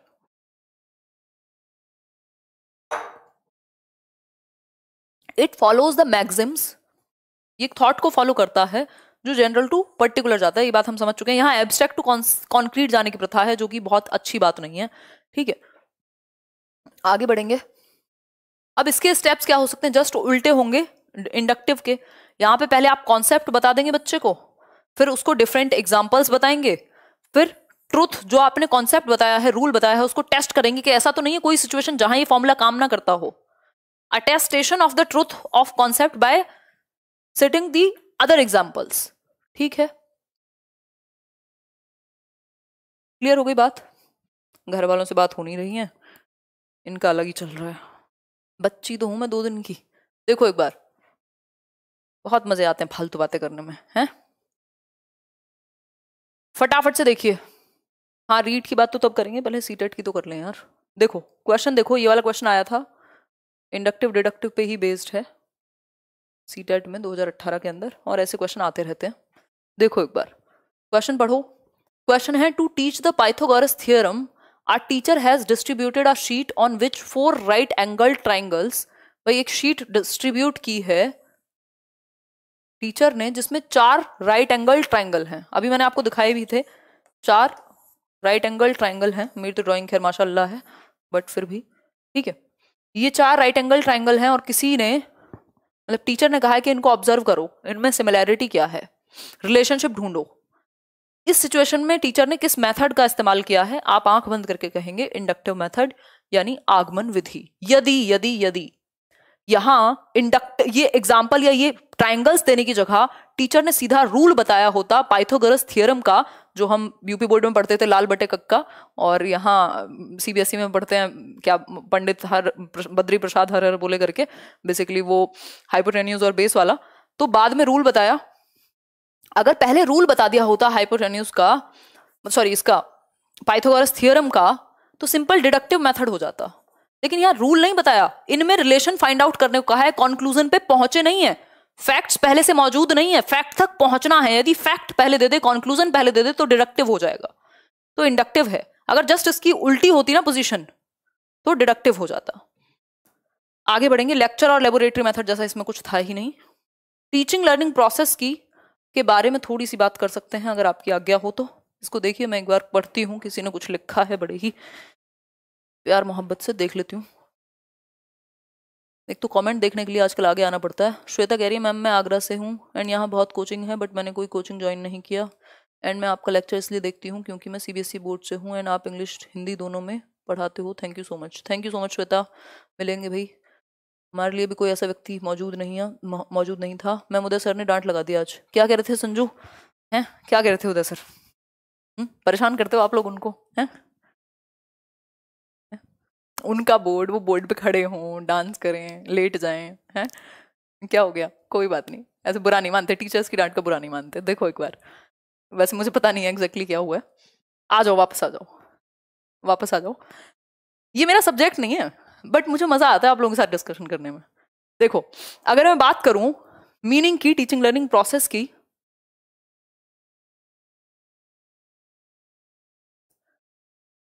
teaching derive from to teach, which means to instruct कह सकते हैं हम। Process in which one individual make something known to the another. ठीक है, क्या फर्क पड़ता है? हम कह सकते हैं यहाँ पे 2 चीजें जो याद रखनी है। नैरो मीनिंग है ये टीचिंग का, संकुचित, जिसको जॉन एडम ने दिया था। उन्होंने कहा बायपोलर प्रोसेस है, 2 पोल्स हैं टीचिंग में, एक है टीचर, ये वैसे भी याद रखना चाहिए आपको पेडागोजी में, एक है टीचर और एक है स्टूडेंट। एक तरफ टीचर है, एक तरफ स्टूडेंट है, जैसे मैं और आप बैठे हुए हैं, है ना। फिर है ट्राइपोलर प्रोसेस, जो ब्रॉड मीनिंग है, जिसको जॉन डुई जिसके बारे में बात करते हैं, वो कहते हैं नहीं, सिर्फ टीचर और स्टूडेंट नहीं है, समाज, सोसाइटी, करिकुलम, एनवायरमेंट, और भी तो चीजें हैं जो प्रभावित करती हैं इन दोनों को। ऐसा थोड़ी है, अगर टीचर की, जैसे कहते नहीं थे हम लोग कि भाई आज तो मैडम लड़के आई हैं अपने घर में, है ना, जैसे कोई अभी मजे ले रहा था कि फलाने का कॉल था, मम्मी से डांट खाई है मैंने, कहाँ है तू, और ये कह रहे हैं कि पता नहीं किसका कॉल था, है। तो अगर हम बात करें तो ऐसे होता है। इसका मतलब क्या है कि सिर्फ टीचर और स्टूडेंट नहीं है, एनवायरमेंट भी है, करिकुलम भी है, सिलेबस भी है, और बाहर की दुनिया भी है जो आपको प्रभावित करती है, तो ऐसा हो सकता है टीचर की आज लड़ाई हुई हो, हेलो अनु पाठक, हो सकता है घर में कुछ हुआ हो और वो माहौल क्लास में प्रभावित हो गया हो। तो बेसिकली हम कुल मिला के, तो खैर एक मजाक की बात हुई, टीचर है एक तरफ, दूसरी तरफ स्टूडेंट्स हैं, और तीसरी तरफ करिकुलम और सोसाइटी या एनवायरमेंट है, या सिलेबस भी आप इसको कह सकते हो। तो ये ट्राइपोलर है, त्रिध्रुवीय प्रक्रिया है। ठीक है बात, आगे बढ़ेंगे। अब टीचिंग लर्निंग प्रोसेस आज का आखिरी सवाल वो है टॉपिक, और हो सकता है इसके बाद मैथ्स पेडागोजी की जरूरत ना पड़े वीडियो की, क्योंकि 10 नंबर आपके आ जाएंगे यहीं से। फिर भी अगर हुई तो मैं कुछ क्वेश्चंस तो जरूर रिवाइज कराऊंगी। खैर देखो, टीचिंग लर्निंग मटेरियल्स यानी शिक्षण अधिगम सामग्री कह सकते हैं हम, शिक्षण सहायक सामग्री कह सकते हैं। आप चार्ट लेकर के जाते होगे अपने बीएड में, या कुछ कुछ चीजें लेके जाते होगे, है ना। हम तो खतरनाक थे। एक दिन मैम आई और वो ओपेक वाला वो होता है ना, क्या होता था अब तो मुझे याद भी नहीं, साइंस में एक टॉपिक होता है छोटा सा, कि एक चीज ओपेक होती है, ट्रांसपेरेंट, और बीच वाली एक स्थिति होती है। तो वो स्पाइरल के पीछे एक साइड ओपेक होता है, एक साइड ट्रांसपेरेंट होता है। हमने सही जुगाड़ किया हुआ था, सबसे कम मेहनत में अच्छा जुगाड़ हमारे पास हमेशा अवेलेबल होता था टीचिंग लर्निंग मटेरियल के लिए। खैर, टीचिंग लर्निंग मटेरियल का मतलब भी वैसे यही है कि आप सुगम बना सकें, इंडिजीनियस हो, जो देश में या आसानी से बन सकें, और टीचिंग लर्निंग को इफेक्टिव बनाते हैं ये, यानी शिक्षण अधिगम प्रक्रिया को प्रभावी बनाते हैं, प्रभावी बनाते हैं, इंटरेस्टिंग बनाते हैं, ताकि बच्चों को लंबे समय तक याद रह सके। अगर मैं यहाँ आपको कोई पिक्चर दिखा दूं और सिर्फ बोल दूं, तो जो आपने देखा होगा वो ज्यादा याद रहेगा, यानी ज्यादा से ज्यादा सेंसेस इन्वॉल्व हो। हाँ, वो पारभासी परभासी वही सब। देखो, ज्यादा ना मजे मत लो, इधर आ जाओ। हाँ, ट्रांसलूसेंट, ट्रांसपेरेंट और ओपेक, याद आ गया, बहुत बढ़िया, ग्रेट। एक्चुअली होता क्या है, फ्लो में होता है ना इंसान, तो आधी चीजें वैसे याद नहीं आती, कई लोग तो दिल पे ले जाते हैं। रिजॉल्व, विकास शर्मा। चलिए फटाफट से देखिए, टीचिंग लर्निंग मटेरियल इंटरेस्टिंग बनाता है, रुचिकर बनाता है, आपकी शिक्षण प्रक्रिया को प्रभावी बनाता है, लॉन्ग लास्टिंग बनाता है, बच्चा रियल लाइफ से कनेक्ट कर पाता है ना, चीजें याद रहती हैं। ठीक हो गई बात, आगे बढ़ जाएं अब, मजा आ रहा है, बहुत ही बढ़िया।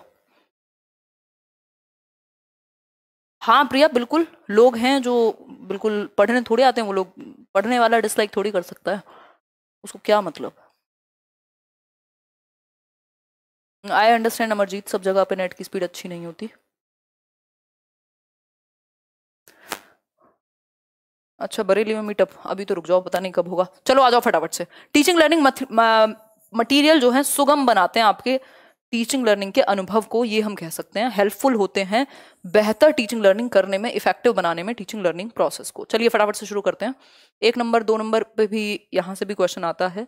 जियो बोर्ड आपने सुना होगा, व्हाट इज जियो बोर्ड, देखिए फटाफट से, जियो बोर्ड क्या है, देखिए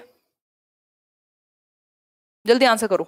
जियो बोर्ड की यदि हम बात करें, तो जियो बोर्ड एक ऐसा बोर्ड है जिसमें नेल्स होते हैं, नेल्स एम्बेडेड, मतलब कीलें होती हैं। तो आपने देखा होगा, शायद कहीं ना देखा हो तो यहां देख लीजिए, इंटरनेट पे देख लीजिएगा, यूट्यूब पे कोई वीडियो देख लीजिएगा, है ना। ये यूट्यूब की शुरुआत थी एक तरीके से, हम लोग टीचिंग लर्निंग मटेरियल ढूंढा करते थे, बाहर की कंट्रीज के वीडियोज आते थे, इंडिया का कुछ था ही नहीं टीचिंग को लेके बहुत ज्यादा उस टाइम पे। तो it is a square board, एक स्क्वायर बोर्ड होता है जिसमें नेल्स गढ़े होते हैं, कीलें गढ़ी होती हैं, जिनमें रबर का इस्तेमाल करके, या फिर रबर बैंड आप देख रहे हो, ये ट्राइंगल और आपका ये स्क्वायर, रेक्टेंगल, ये सब बनाए हुए हैं, इन कीलों से हम शेप दे रहे हैं, ठीक है, शेप्स बनाई हुई हैं इनका यूज करके। इनिशियल ज्योमेट्रिकल फिगर सीख सकते हो, मेजरमेंट सीख सकते हो, यहां से न्यूमेरिकल कॉन्सेप्ट सीख सकते हो। 2-3 चीजें याद रखना, ज्योमेट्रिकल फिगर्स, भाई शेप्स देख ही रहे हो आप, ये सीख सकता है बच्चा इससे। मेजरमेंट इसलिए सीख सकता है क्योंकि उसको पता चल जाएगा कितना एरिया इसने ऑक्यूपाई किया हुआ है यहां से यहां तक में, ठीक। न्यूमेरिकल कॉन्सेप्ट्स को भी वो समझ पाएगा, मेजर वगैरह करने में हेल्प मिलेगी। तो ये 2-3 चीजें हैं जो जियो बोर्ड से की जा सकती हैं। इसमें नेल्स होते हैं, यानी कीले होती हैं, शेप्स को, मेजरमेंट को, एरिया को, ये सब आपको दिखाने में या समझाने में मदद होगी जियो बोर्ड के द्वारा। दूसरी चीज है अबेकस। अबेकस, अबेकस वैदिक मैथमेटिक्स की एक टेक्निक है, हम ये कह सकते हैं, ये आपके सामने प्रस्तुत भी है।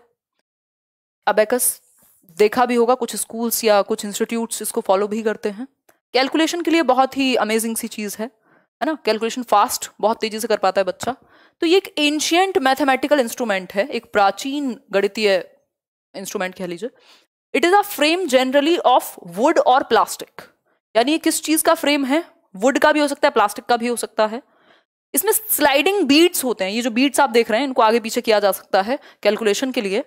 द कॉन्सेप्ट्स ऑफ एडिशन, अब ये इंपॉर्टेंट है, कई बार पूछ लेगा इसके लिए किसके थ्रू समझाओगे, तो अबेकस के थ्रू एडिशन यानी जोड़ना, सब्ट्रैक्शन यानी घटाना, है ना, मल्टीप्लिकेशन यानी गुणा करना,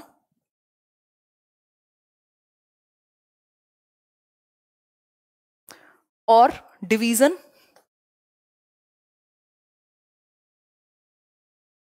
ये सारी चीजें मतलब बेसिकली कैलकुलेशन को फास्ट करने में बहुत बड़ा रोल है।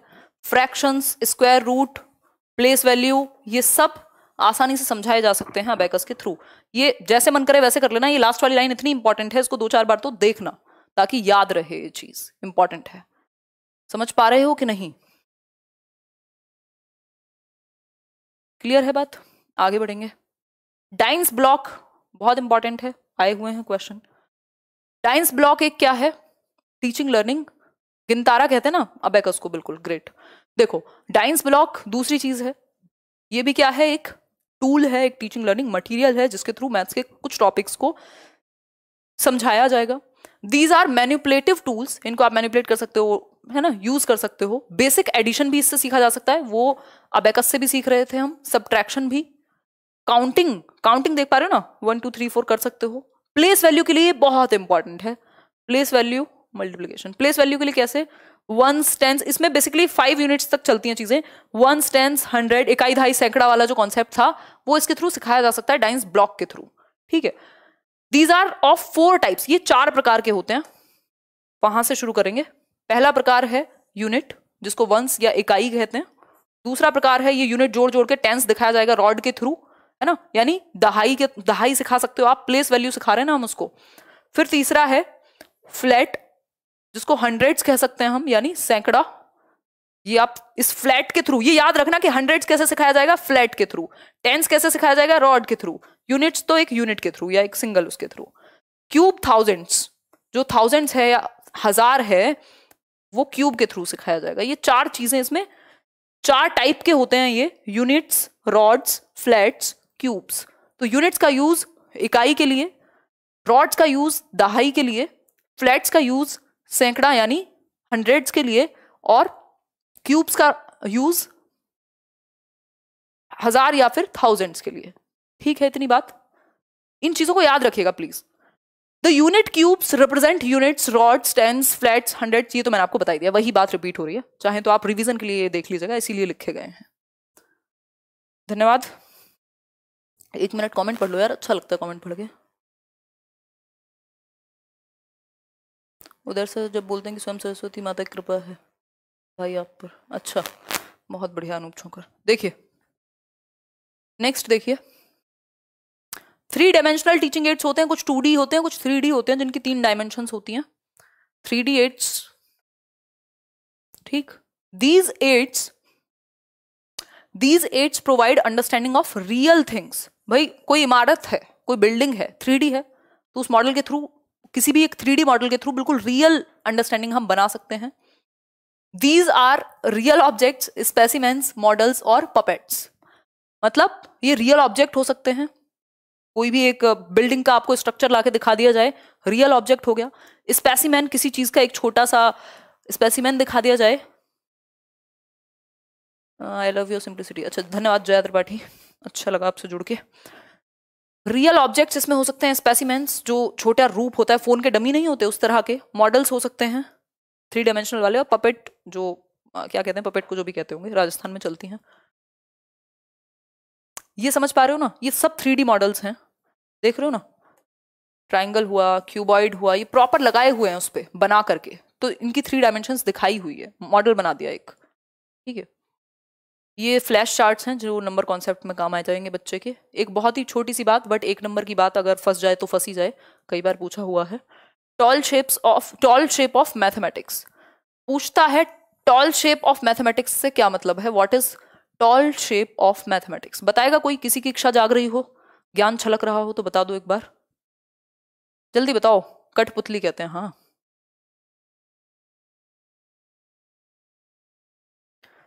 जल्दी बताओ फटाफट से, मजा आ रहा है आज। वैसे मैं थोड़ा स्लो चल रही हूँ एनर्जी लो की वजह से, बट बहुत मजा आ रहा है। देखो एक बार, टॉल शेप ऑफ मैथमेटिक्स क्या है, बताइए बताइए। सॉरी कौन कह रहा है? अरे मैं तो मजाक करती रहती हूँ यार, दिल पे मत लिया करो। देखिए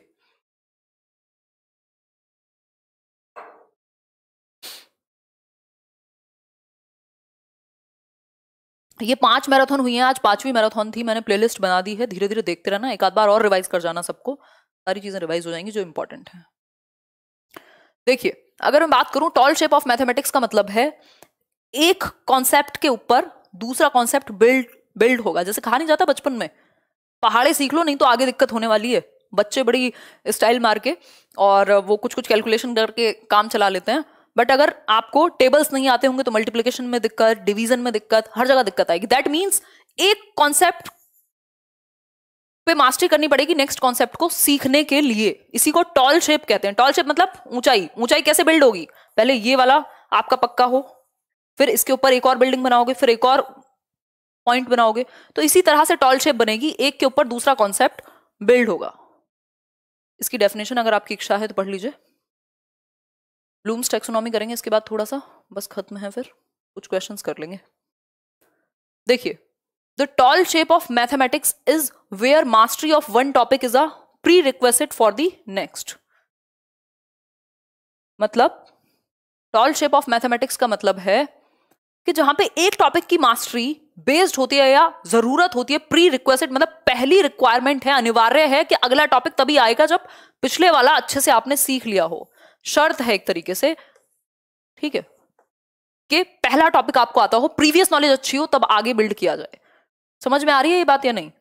बताओ आ रही हो तो। अब ये ऑलमोस्ट लास्ट टॉपिक है, फिर कुछ क्वेश्चंस करेंगे। ब्लूम्स टैक्सोनॉमी, बीएस ब्लूम की टैक्सोनॉमी है, उन्होंने 1956 में डिजाइन की थी। यहाँ पे 1956 वाली है, यहाँ 2002 वाली है। ये न्यू है बेसिकली, ये न्यू है, ये आपको हर टॉपिक में काम आएगी। इस बार मैंने सीडीपी में नहीं कराई थी, बस एस्पेक्ट बता दिए थे। इन्होंने 3 एस्पेक्ट दिए हैं।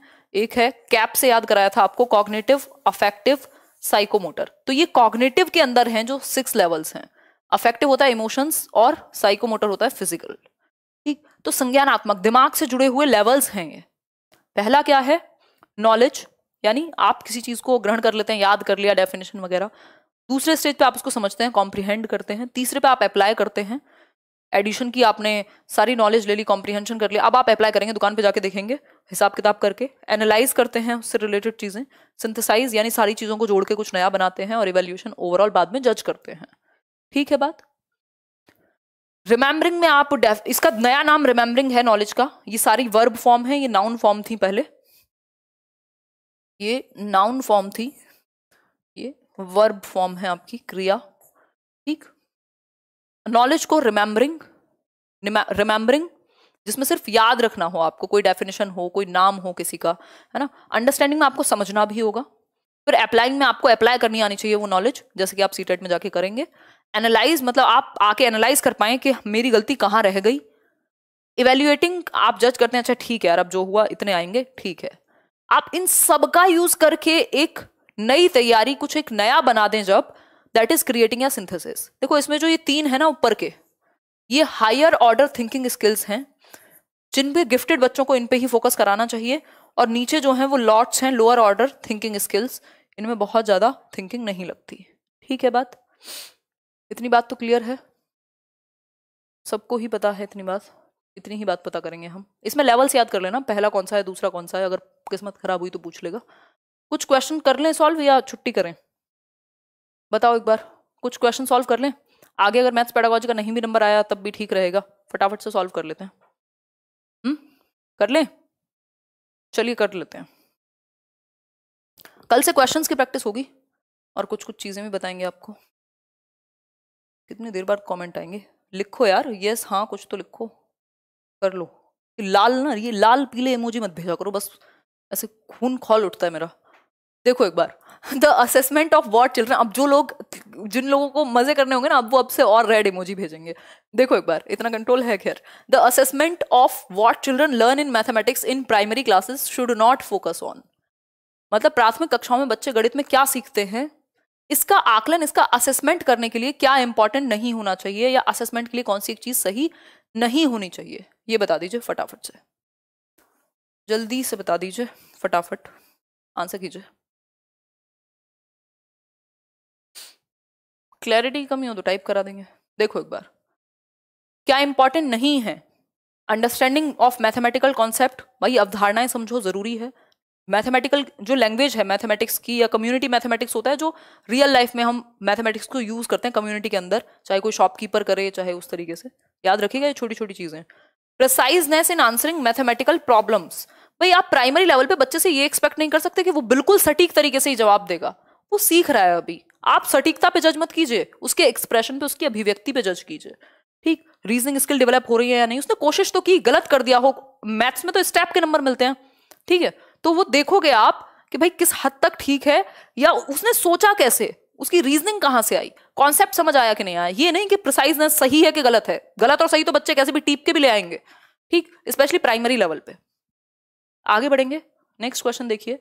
The mathematics used by illiterate shopkeeper, भाई एक अशिक्षित दुकानदार के द्वारा जो गणित का प्रयोग किया जाता है, गणित का प्रयोग तो सब कर रहे हैं, चाहे कोई बिल्कुल पढ़ा लिखा नहीं है, चाहे कोई बहुत पढ़ा लिखा है ना। आप रिचार्ज भी कराने जाते थे अगर बचपन में, पुराने समय में, तो 10 रुपए के रिचार्ज में 7 रुपए मिलते थे, ये तो सभी को पता है। कैसे आपने हिसाब लगा लिया, 3 रुपए कट गए हमारे, हैं? याद है ना, वो घिस घिस के रिचार्ज करते थे पहले, प्रीपेड वाला। तो मैथमेटिक्स तो हर कोई यूज कर रहा है, समोसे वाला भी है ना, गोलगप्पे वाला भी, ऐसे छोड़ो, अब कई लोगों के तो मुंह में पानी आ जाएगा। तो जो इलिटरेट, जो बिल्कुल भी पढ़ा लिखा नहीं है और शिक्षित शॉपकीपर है, उसके द्वारा जो मैथमेटिक्स का यूज है वो क्या है, ये पूछा है हमसे। बताओ एक बार, इतनी पढ़ाई आप लोग पेपर के टाइम पे करते हो, साल भर कर लो तो क्या से क्या हो जाओ। अभी तो सबका कॉन्सेंट्रेशन एकदम 100% रहता है। पेपर 2 के लिए कुछ कॉन्सेप्ट इसमें से काम आ जाएंगे, या ज्यादातर, बट कुछ कॉन्सेप्ट काम नहीं आएंगे, है ना। कुछ चीजें तो, ज्यादातर चीजें तो कॉमन ही है, बट कुछ चीजें हो सकती हैं जो थोड़ी सी डिफरेंट हो। देखो, the mathematics used by illiterate shopkeeper कैसी होगी? यूजफुल नहीं होगी, बिल्कुल यूजफुल होगी, भाई वो भी तो मैथ्स ही है, एक तरीका है वो भी सॉल्व करने का। यूजफुल है, नॉट पूछा है ना हमसे, नॉट यूजफुल तो हो ही नहीं सकता। Is very useful in solving all problem, थोड़ी सॉल्व हो जाएंगी, सब्ट्रैक्शन की, एडिशन की, इन सब की हो जाएंगी, सारी प्रॉब्लम सॉल्व हो जाएंगी, ये जरूरी थोड़ी है? ये जरूरी थोड़ी ही है। हुमा खान बता दिया आपकी बात मैंने। नेक्स्ट है, has ambiguity and very low level of correctness in it, मतलब उसको स्पष्टता नहीं होती। सर आपसे ज्यादा स्पष्टता होगी, 1 रुपए का भी सवाल इधर से उधर नहीं करेगा, तो करेक्टनेस नहीं है, ये कहना गलत है। Should be discussed by the teachers in classrooms as an alternate strategy in solving related problems, भाई ऑल्टरनेट वे है, ये भी गणित को सॉल्व करने का दूसरा वैकल्पिक तरीका हो सकता है, ये आप बच्चों को बता सकते हैं, देखो इसको ऐसे भी कर सकते हैं, तो उनको तुरंत समझ में आता है कि ये भी एक ऑल्टरनेटिव है, ये भी एक ऑप्शन है मैथ्स की प्रॉब्लम्स को सॉल्व करने का। ठीक है बात, तो डी ऑप्शन सही है। नेक्स्ट देखिए, the learning outcomes in mathematics are developed, learning outcome का मतलब होता है निकल के क्या आया, रिजल्ट की बात कर रहे हैं हम। जो लर्निंग आउटकम है या ऑब्जेक्टिव जो सेट किए हैं, सीखने के प्रतिफल की अगर हम बात करें तो उसको किस तरीके से विकसित किया जाए। देखो थोड़ा बहुत डर तो लगना भी चाहिए, पढ़ते जाओ, अब डर वर की क्या बात है, अब तो पेपर में जो होगा तो होगा ही, अब तो सरफरोशी की तमन्ना होनी चाहिए इस टाइम, डर वर कैसा, बताओ एक बार। देखिए, such that children may be told small steps for calculation, नहीं, लर्निंग आउटकम किस पे बेस्ड होंगे? To increase the achievement of children in various educational surveys, to define, learning outcome का मतलब ये है कि डिफाइन कर पाए चैप्टर वाइज कॉम्पिटेंसीज, कि इस चैप्टर को पढ़ के ये आउटकम निकलेगा, बच्चों को एडिशन आ जाएगा, सब्ट्रैक्शन आ जाएगा, मल्टीप्लिकेशन आ जाएगा, थियरम्स आ जाएंगी, तो चैप्टर वाइज स्किल्स बच्चे के दिमाग में हो कि इस चैप्टर से ये आएगा। To prepare children for year end examination, ये कभी भी उद्देश्य नहीं होता, आउटकम का मतलब है प्रतिफल, तो किस चैप्टर को पढ़ के, होता नहीं हर एक चैप्टर में आप भी लेसन प्लान बनाते होगे अगर, तो उसमें लिखते होगे कि ये चैप्टर से ये जनरल ऑब्जेक्टिव्स हैं, ये स्पेसिफिक ऑब्जेक्टिव्स हैं, तो उसी तरीके से आउटकम होता है कि ऑब्जेक्टिव क्या है, तो हर एक चैप्टर के लिए कॉम्पिटेंसीज निर्धारित हो कि क्या सीखेगा बच्चा, यही है लर्निंग आउटकम के उससे निकल के क्या आएगा। नेक्स्ट क्वेश्चन देखिए, विच one of the following happenings in the classroom is an activity, किसको आप एक एक्टिविटी कहोगे? एक्टिविटी मतलब जहां बच्चा सक्रिय है, activity is something where child is active, तो बच्चा कहां एक्टिव है बताइए, सक्रिय कहां है बच्चा? मजा आ जाता है आप लोगों के साथ डिस्कशन करके, मतलब अब तो ऐसा लगता है अधूरा सा लगता है अगर जरा सी भी छुट्टी हो तो। वैसे इस बार तो हमने संडे भी नहीं मनाया, कल इंडिपेंडेंट वो है, दिमाग देखो मेरा तो सच में कहीं और ही चला गया, किसी और ही दुनिया में, रिपब्लिक डे है। Teacher explaining how to do sums, teacher ये एक्सप्लेन करेंगे कैसे करते हैं सवालों को। ये इसमें बच्चा कहाँ एक्टिव है, ये तो टीचर एक्टिव है। बच्चे रिसाइट कर रहे हैं काउंटिंग को, 2 एकम 2, 2 दूनी 4 या 1 2 3 4 5, तो ये तो रट्टू बना हुआ या रट्टू तोते बन गए हैं, रोट मेमोराइजेशन हुआ, रोट लर्निंग है ये तो। Children कॉपिंग from black board, again बच्चा पैसिव है, अगेन बच्चा रोट लर्निंग पे फोकस हो रहा है, उसको वो एक्टिव नहीं है। सबसे ज्यादा एक्टिव बच्चा 4th ऑप्शन में है, जब बच्चा अन्वेषण में, एक्सप्लोर करने में, किसी प्रॉब्लम को सॉल्व करने में लगा हुआ है। आंसर होगा डी ऑप्शन, एक्सप्लेन करना टीचर का। टीचर एक्टिव है इसमें, बच्चा कहाँ एक्टिव है। ऐसे आसान क्वेश्चन में भटक जाओगे तो फ्री के नंबर नहीं ले पाओगे, जबकि जिसका मैथ्स बिल्कुल कमजोर है वो भी पेडागोजी में कुछ नंबर बिल्कुल फ्री के ले सकता है। देखो एक बार, the main purpose of introducing mapping in the primary mathematics curriculum is और आर, यानी प्राथमिक पाठ्यक्रम में मैपिंग का मेन पर्पस क्या है। मैपिंग होता है बेसिकली बच्चे को बेसिक्स पता चल जाए शेप्स के, भाई ये है, ये ऐसी शेप है, ये बेसिकली स्पेशल थिंकिंग उसके अंदर आ जाए।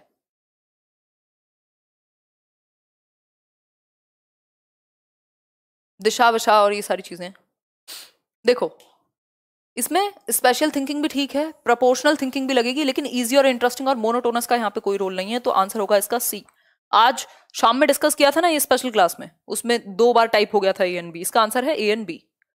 ठीक है, कोई दिक्कत परेशानी, कोई दर्द, कोई दुख, सब सही है ना। चलो आगे बढ़ते हैं। Which of the following resources or TLM can be used by the teacher to show that 2 rectangles of different dimensions can have same area without using formula? मतलब किसके थ्रू आप ये बताओगे कि जो 2 रेक्टेंगल हैं, 2 आयत हैं, उनका एरिया सेम हो सकता है बिना किसी फॉर्मूले का यूज किए। तो एक तो तरीका इसका मैंने आपको बताया था, जियो बोर्ड पे भी डॉट डॉट डॉट करके शेप दिखाई जा सकती है, ग्राफ पेपर पे दिखा दिया आपने, इसने भी इतना ही एरिया लिया हुआ है, इसने भी इतना ही, तो एक तो ग्राफ पेपर से दिखा सकते हो, दूसरा टाइल्स का यूज करके भी आप दिखा सकते हो। थ्रेड से कैसे दिखाओगे, स्केल से कैसे दिखाओगे। तो बी और डी सही है, यानी बी ऑप्शन सही है, बी ऑप्शन सही है। क्लियर है बात, ये सब ऑफिशियल आंसर्स हैं। आगे बढ़ेंगे, ऐसे दिखा सकते हो, एक तरफ टाइल्स है एक तरफ ग्राफ पेपर है, कि देखो ऐसे रखो चाहे ऐसे रखो, एरिया सेम है दोनों का। एल इंटू बी करते थे ना, लेंथ इंटू ब्रेथ, लंबाई गुणा चौड़ाई। देखो which of the following could be contributing factor to under achievement in mathematics, इसमें बड़ी दिक्कत होती है लोगों को। निम्न में से गणित में उपलब्धि कम होने का कारण क्या हो सकता है, और ये बहुत रिपीट हो रहा है आजकल क्वेश्चन। देखो एक बार फटाफट से बताओ, जल्दी बताओ जल्दी। कई लोग कह रहे हैं नेचर ऑफ मैथमेटिक्स। देखो इनका जो ऑफिशियल आंसर है ना, वो है सोशियो कल्चरल बैकग्राउंड, कि एक बच्चा जो ऐसे बैकग्राउंड से आता है जिसके घर में मैथमेटिक्स का भरपूर यूज हुआ है, कोई शॉप है, कोई कैलकुलेशन का मौका मिला है, उसको ये चीज प्रभावित करेगी अगर हम करें मैथ्स की। इनेट एबिलिटी जैसा इन्होंने बिल्कुल मना किया हुआ है कि इनेट एबिलिटी जैसा कुछ नहीं होता, कि लोगों में ही अलग से क्षमता होगी, हालांकि ऐसा है, बट क्या कर सकते हैं। ऑफिशियल आंसर इसका वही है जो भी बताया है। देखिए 47th क्वेश्चन देखिए, विच one of the following is the most important aspect of making lesson plan while teaching mathematics to primary school children? lesson planning, पाठ योजना बनाते थे ना आप अपने बीएड में, डीएलएड में, कभी मन किया हो तो। हमने 110 बनाए थे पहले साल में, अगले साल भी ऐसे ही बनाए थे। एक ड्यू से लैपटॉप मिला था मुझे उस टाइम पे, ग्रेजुएशन छोड़ के डाइट में एडमिशन लिया था जब, और उसको सामने रखती थी मैं और लेसन प्लान बनाती थी मस्त, रात भर मस्त मूवीज देखी हैं दबा के उस टाइम पे टॉरेंट से डाउनलोड कर करके। देखो एक बार, याद आ जाता सारा टाइम। बताओ एक बार, presenting mathematical concepts in structured manner. अच्छा यार, बच्चों को मौका दोगे ना, लेसन प्लानिंग में भी उनको अपॉर्चुनिटी दोगे कि वो कंस्ट्रक्ट कर सकें कॉन्सेप्ट्स को, ऐसी उनको एक्टिविटी का मौका दोगे। उसमें कॉर्नर होंगे आपकी प्लानिंग में ही कि मैं इसमें बच्चों से ये क्वेश्चन पूछूंगा या उनको कोई एक्सपेरिमेंट करने के लिए दूंगा या दूंगी। ठीक, ऐसा नहीं होगा सिर्फ स्ट्रक्चर्ड मैनर में प्रेजेंट तो कर दिया और बच्चों को एक्टिविटी करने का मौका नहीं मिला, तो चाइल्ड सेंटर्ड एजुकेशन कहां फॉलो हुई। आगे बढ़ेंगे क्वेश्चन नंबर 48 पर। विच of the following can not be considered a feature of constructivist mathematical class. देखो कंस्ट्रक्टिविस्ट या कंस्ट्रक्टिविज्म रचनावाद पे, जिससे प्याजे वाइगॉस्की बिलोंग करते हैं, एक क्वेश्चन कम से कम आता है मैथ्स में भी, क्योंकि आपका पूरा सिलेबस रचनावाद पे ही बेस्ड है, एनसीएफ आपका पूरा इसी पर बेस्ड है। ठीक है बात, बताइए इसका आंसर कीजिए, और 3-4 क्वेश्चन रहते हैं आपके मुश्किल से। देखो कंस्ट्रक्टिविस्ट सिंपल है, बच्चा एक्टिव होगा। देखो एक बार, हाँ हाँ बच्चे कर सकते हैं कंस्ट्रक्ट। नॉट लिखा है, ध्यान से पढ़ लेना नहीं तो एक नंबर चला जाएगा। जहां नॉट लीस्ट लिखा हो ऐसे कान खड़े कर लिया करो 3 इडियट वाले, और बहुत ही ध्यान से सुना करो, है ना। बहुत ही ध्यान से देखा करो कि आंसर में गलती की चांसेस बढ़ जाते हैं। डायलॉग भी अच्छी बात है, बच्चा एक्टिव है, यहां भी बच्चा एक्टिव है। ऑब्जेक्टिव टाइप टेस्ट यानी MCQs items are used as the primary means, यानी सिर्फ एमसीक्यूज का या ऑब्जेक्टिव टाइप्स का ज्यादा यूज करो असेसमेंट के लिए, नहीं असेसमेंट में तो बल्कि आपको बच्चे की समझ, उसने सीखा कैसे इस चीज को देखते हैं। एमसीक्यूज से तो आप बच्चे को जज करते हो कि इतना सही हुआ इतना नहीं, यहां तो आपको पता लगाना है सीखा कितना। तो ये गलत है कि सिर्फ ऑब्जेक्टिव टाइप पे ही फोकस करो, यहां भी कनेक्शन बिल्ड करोगे, ये भी अच्छी बात है। नॉट लिखा हुआ है क्वेश्चन में, ध्यान से पढ़ना। खत्म करेंगे बस आज का सेशन। ये देखो, Which of the following statements is in agreement with the constructivist view of mathematics? Again, रचनावाद के बारे में कौन सी बात सही है? बच्चा एक्टिव होगा, वहां पे गलत पूछा था, यहां पे सही पूछा है, बताइए फटाफट से। फैक्ट्स रटने के बारे में तो नहीं है मैथमेटिक्स। डिस्कवर द ट्रूथ्स, हाँ ठीक है। एंटायरली ऑब्जेक्टिव, ये भी हमें पता है। विजुअलाइजेशन, लेकिन यहां पे कंस्ट्रक्टिविज्म की बात हो रही है ना, जहां बच्चे क्या हैं, एक्टिव होंगे। मैथमेटिशियंस आर रिक्वायर्ड, मैथमेटिशियंस की बात नहीं हो रही है, बच्चों की बात हो रही है, बच्चे एक्टिव होने चाहिए। Visualisation is an important aspect of mathematics, बच्चों को आप विजुअलाइज कराएंगे, चाहे वो शेप हो, साइज हो, वॉट एवर इट इज, चाहे वो किसी चीज के, किसी टॉपिक के प्रति सोचना हो कि प्रॉब्लम को सॉल्व कैसे करोगे। फिर है next, which of the following activities is best suited for the development of special understanding among children. मतलब शेप वगैरह को लेके, आसपास की सराउंडिंग को लेके, एरिया को लेके, ऐसी अंडरस्टैंडिंग उसकी डेवलप हो पाए, इसके लिए क्या जरूरी है। सेकंड लास्ट क्वेश्चन है ये शायद, बताइए। नंबर लाइन से शेप का या एरिया का समझ कहां से आएगा? ये कोई एसएसटी थोड़ी है कि locating CTs on the map. ये तो फिर टाइम मेजरमेंट की बात हो जाएगी कि आपका चंद्रमा कब निकलता है। सिंपल है, ड्रॉ करके देखेगा बच्चा top view of the bottle, top view of the bottle, क्योंकि यहां शेप की, एरिया की, आकार की, इन सब चीजों की बात होती है। स्पेशल अंडरस्टैंडिंग स्थानिक होता है शेप से related. Which of the following is not true with respect to learning of mathematics, इनमें से कौन सी एक बात सही नहीं है? नॉट पूछा है, क्या बात सही नहीं है मैथमेटिक्स के सीखने के विषय में, बताइए। बहुत ध्यान से आंसर करना। टीचर्स बिलीव्स अबाउट लर्नर्स, हाँ बिल्कुल इंपैक्ट होता है शिक्षक के बिलीव्स का, एक्सपेक्टेशंस का। सोशियो कल्चरल या इकोनॉमिक बैकग्राउंड भी परफॉर्मेंस पे प्रभाव डाल सकता है, ये बात भी हम मान लेंगे, ये मानते हैं पेपर वाले। Schools language instruction can impact, हाँ अगर आसान नहीं है इंस्ट्रक्शन, टीचर का तरीका मुश्किल है तो दिक्कत होगी सीखने में। तो हम कह सकते हैं ability to perform and excel in mathematics is innate. ऐसा कुछ नहीं है कि आंतरिक ही होगी क्षमता मैथ्स में, अगर तरीके से सिखाया जाए तो कोई भी सीख सकता है ना। तो यही ऑफिशियल आंसर की है और यही सही है। कोई आपको कुछ कहे मानने की जरूरत है नहीं, क्योंकि एक नंबर इसी से मिलने वाला है।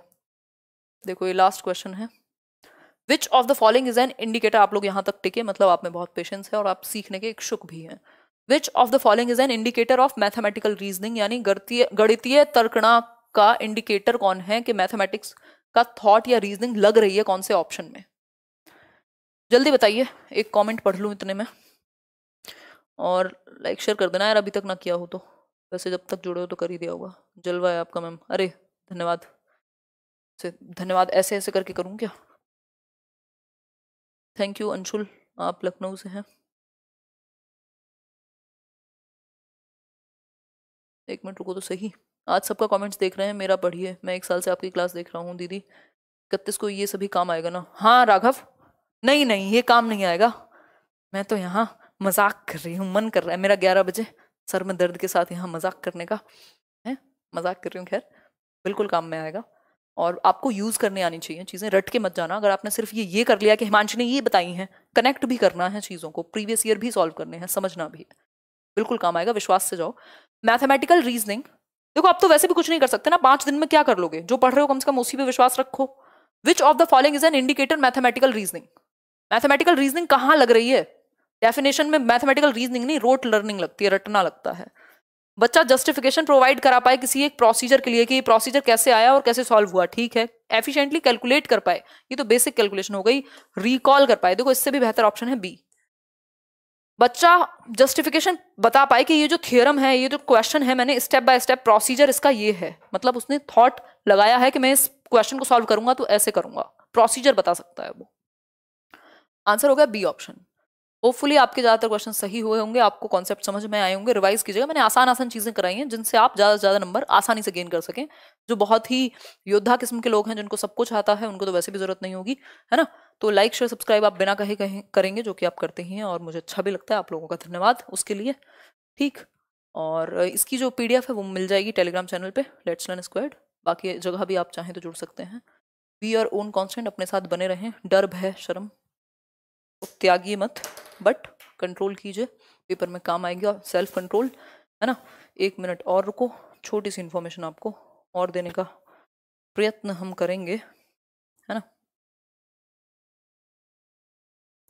और कल से हम अब क्वेश्चंस की प्रैक्टिस करने जा रहे हैं। बहुत सारे क्वेश्चंस भी मैं एक एक साथ करा सकती हूँ, है ना। एक छोटी सी इन्फॉर्मेशन, जैसा कि आप जानते हैं मैं अनअकैडमी पे भी पढ़ाती हूँ, and I am number 1 educator there in TET category. आप लोगों का अच्छा रिस्पॉन्स है। 5 बजे वहाँ डेली क्लास चलती है। अगर आप खुद को टेस्ट ही करना चाह रहे हैं सिर्फ पोल ले करके, तो 5 बजे आप ज्वाइन कर सकते हैं डेली। रेफरल कोड, रेफरल नहीं, ये फर्स्ट कमर कोड होता है एक तरीके से, अनलॉक कोड। फ्री होती हैं ये क्लासेस बिल्कुल, 5 से 6। लेट्स लर्न पहली बार अगर आप ज्वाइन करेंगे तो पूछेगा। ये लास्ट मिनट रिवीजन सीरीज है, जिसमें CDP के कुछ क्वेश्चन, मैथ्स के और EVS या इंग्लिश हिंदी के क्वेश्चन मिक्स करा के मैं कराती हूँ 1 घंटे में। और प्रॉपर पोल मिलता है आपको 30 सेकंड में, आप सॉल्व कर पा रहे हैं कि नहीं। दूसरा एक ये बैच चल रहा है अनअकैडमी पे, हर एक मंथ कोई ना कोई बैच आता ही है। मैं इंग्लिश पढ़ाती हूँ वहाँ, इंग्लिश पेडागोजी और इंग्लिश ग्रामर भी, शायद UP टेट के लिए अगले महीने। तो CDP नहीं पढ़ाती हूँ अनअकैडमी पे। तो ये 15 से 28 तक चल रहा है ये बैच। आप चाहें तो रिकॉर्डेड भी देख सकते हैं इसके videos. Let's learn referral code use कर सकते हैं अगर आप ज्वाइन कर रहे हैं अनअकैडमी को। जो भी बेस्ट पॉसिबल डिस्काउंट होगा अनअकैडमी प्लस पे, वो आपको मिल जाएगा। बाकी स्पेशल क्लासेस फ्री होती हैं, ये उनका फीस स्ट्रक्चर है ना। तो वो तो आप देख ही सकते हैं। चलिए आज के लिए इतना ही। नीचे डिस्क्रिप्शन में लिंक मिल जाएगा अनअकैडमी प्रोफाइल और इन सब का, अगर आप चाहें तो फॉलो कर सकते हैं। ठीक, चलिए bye bye, thank you so much, बहुत अच्छा लगा जुड़ के, मज़े आए। कल फिर मिलेंगे, कल क्वेश्चंस करेंगे। हो सकता है कल मैं थोड़ा कम काम कराऊँ, कई दिन से बैंड बजी पड़ी है, तो परसों से फिर कंटिन्यू कर लेंगे। कल भी मिलेंगे, वैसे हम कुछ ना कुछ तो करेंगे, अच्छा सा क्वेश्चन ही प्रैक्टिस करेंगे। CDP के करेंगे कल कुछ क्वेश्चन प्रैक्टिस। चलो फिर बाय बाय, टेक केयर, टाटा, गुड नाइट। ध्यान रखो, रिवीजन करना इन 5 के 5 मैराथन का, और लिंक शेयर करना प्लेलिस्ट का। जिनको भी डर लग रहा हो पेपर से पहले, जरूर देख।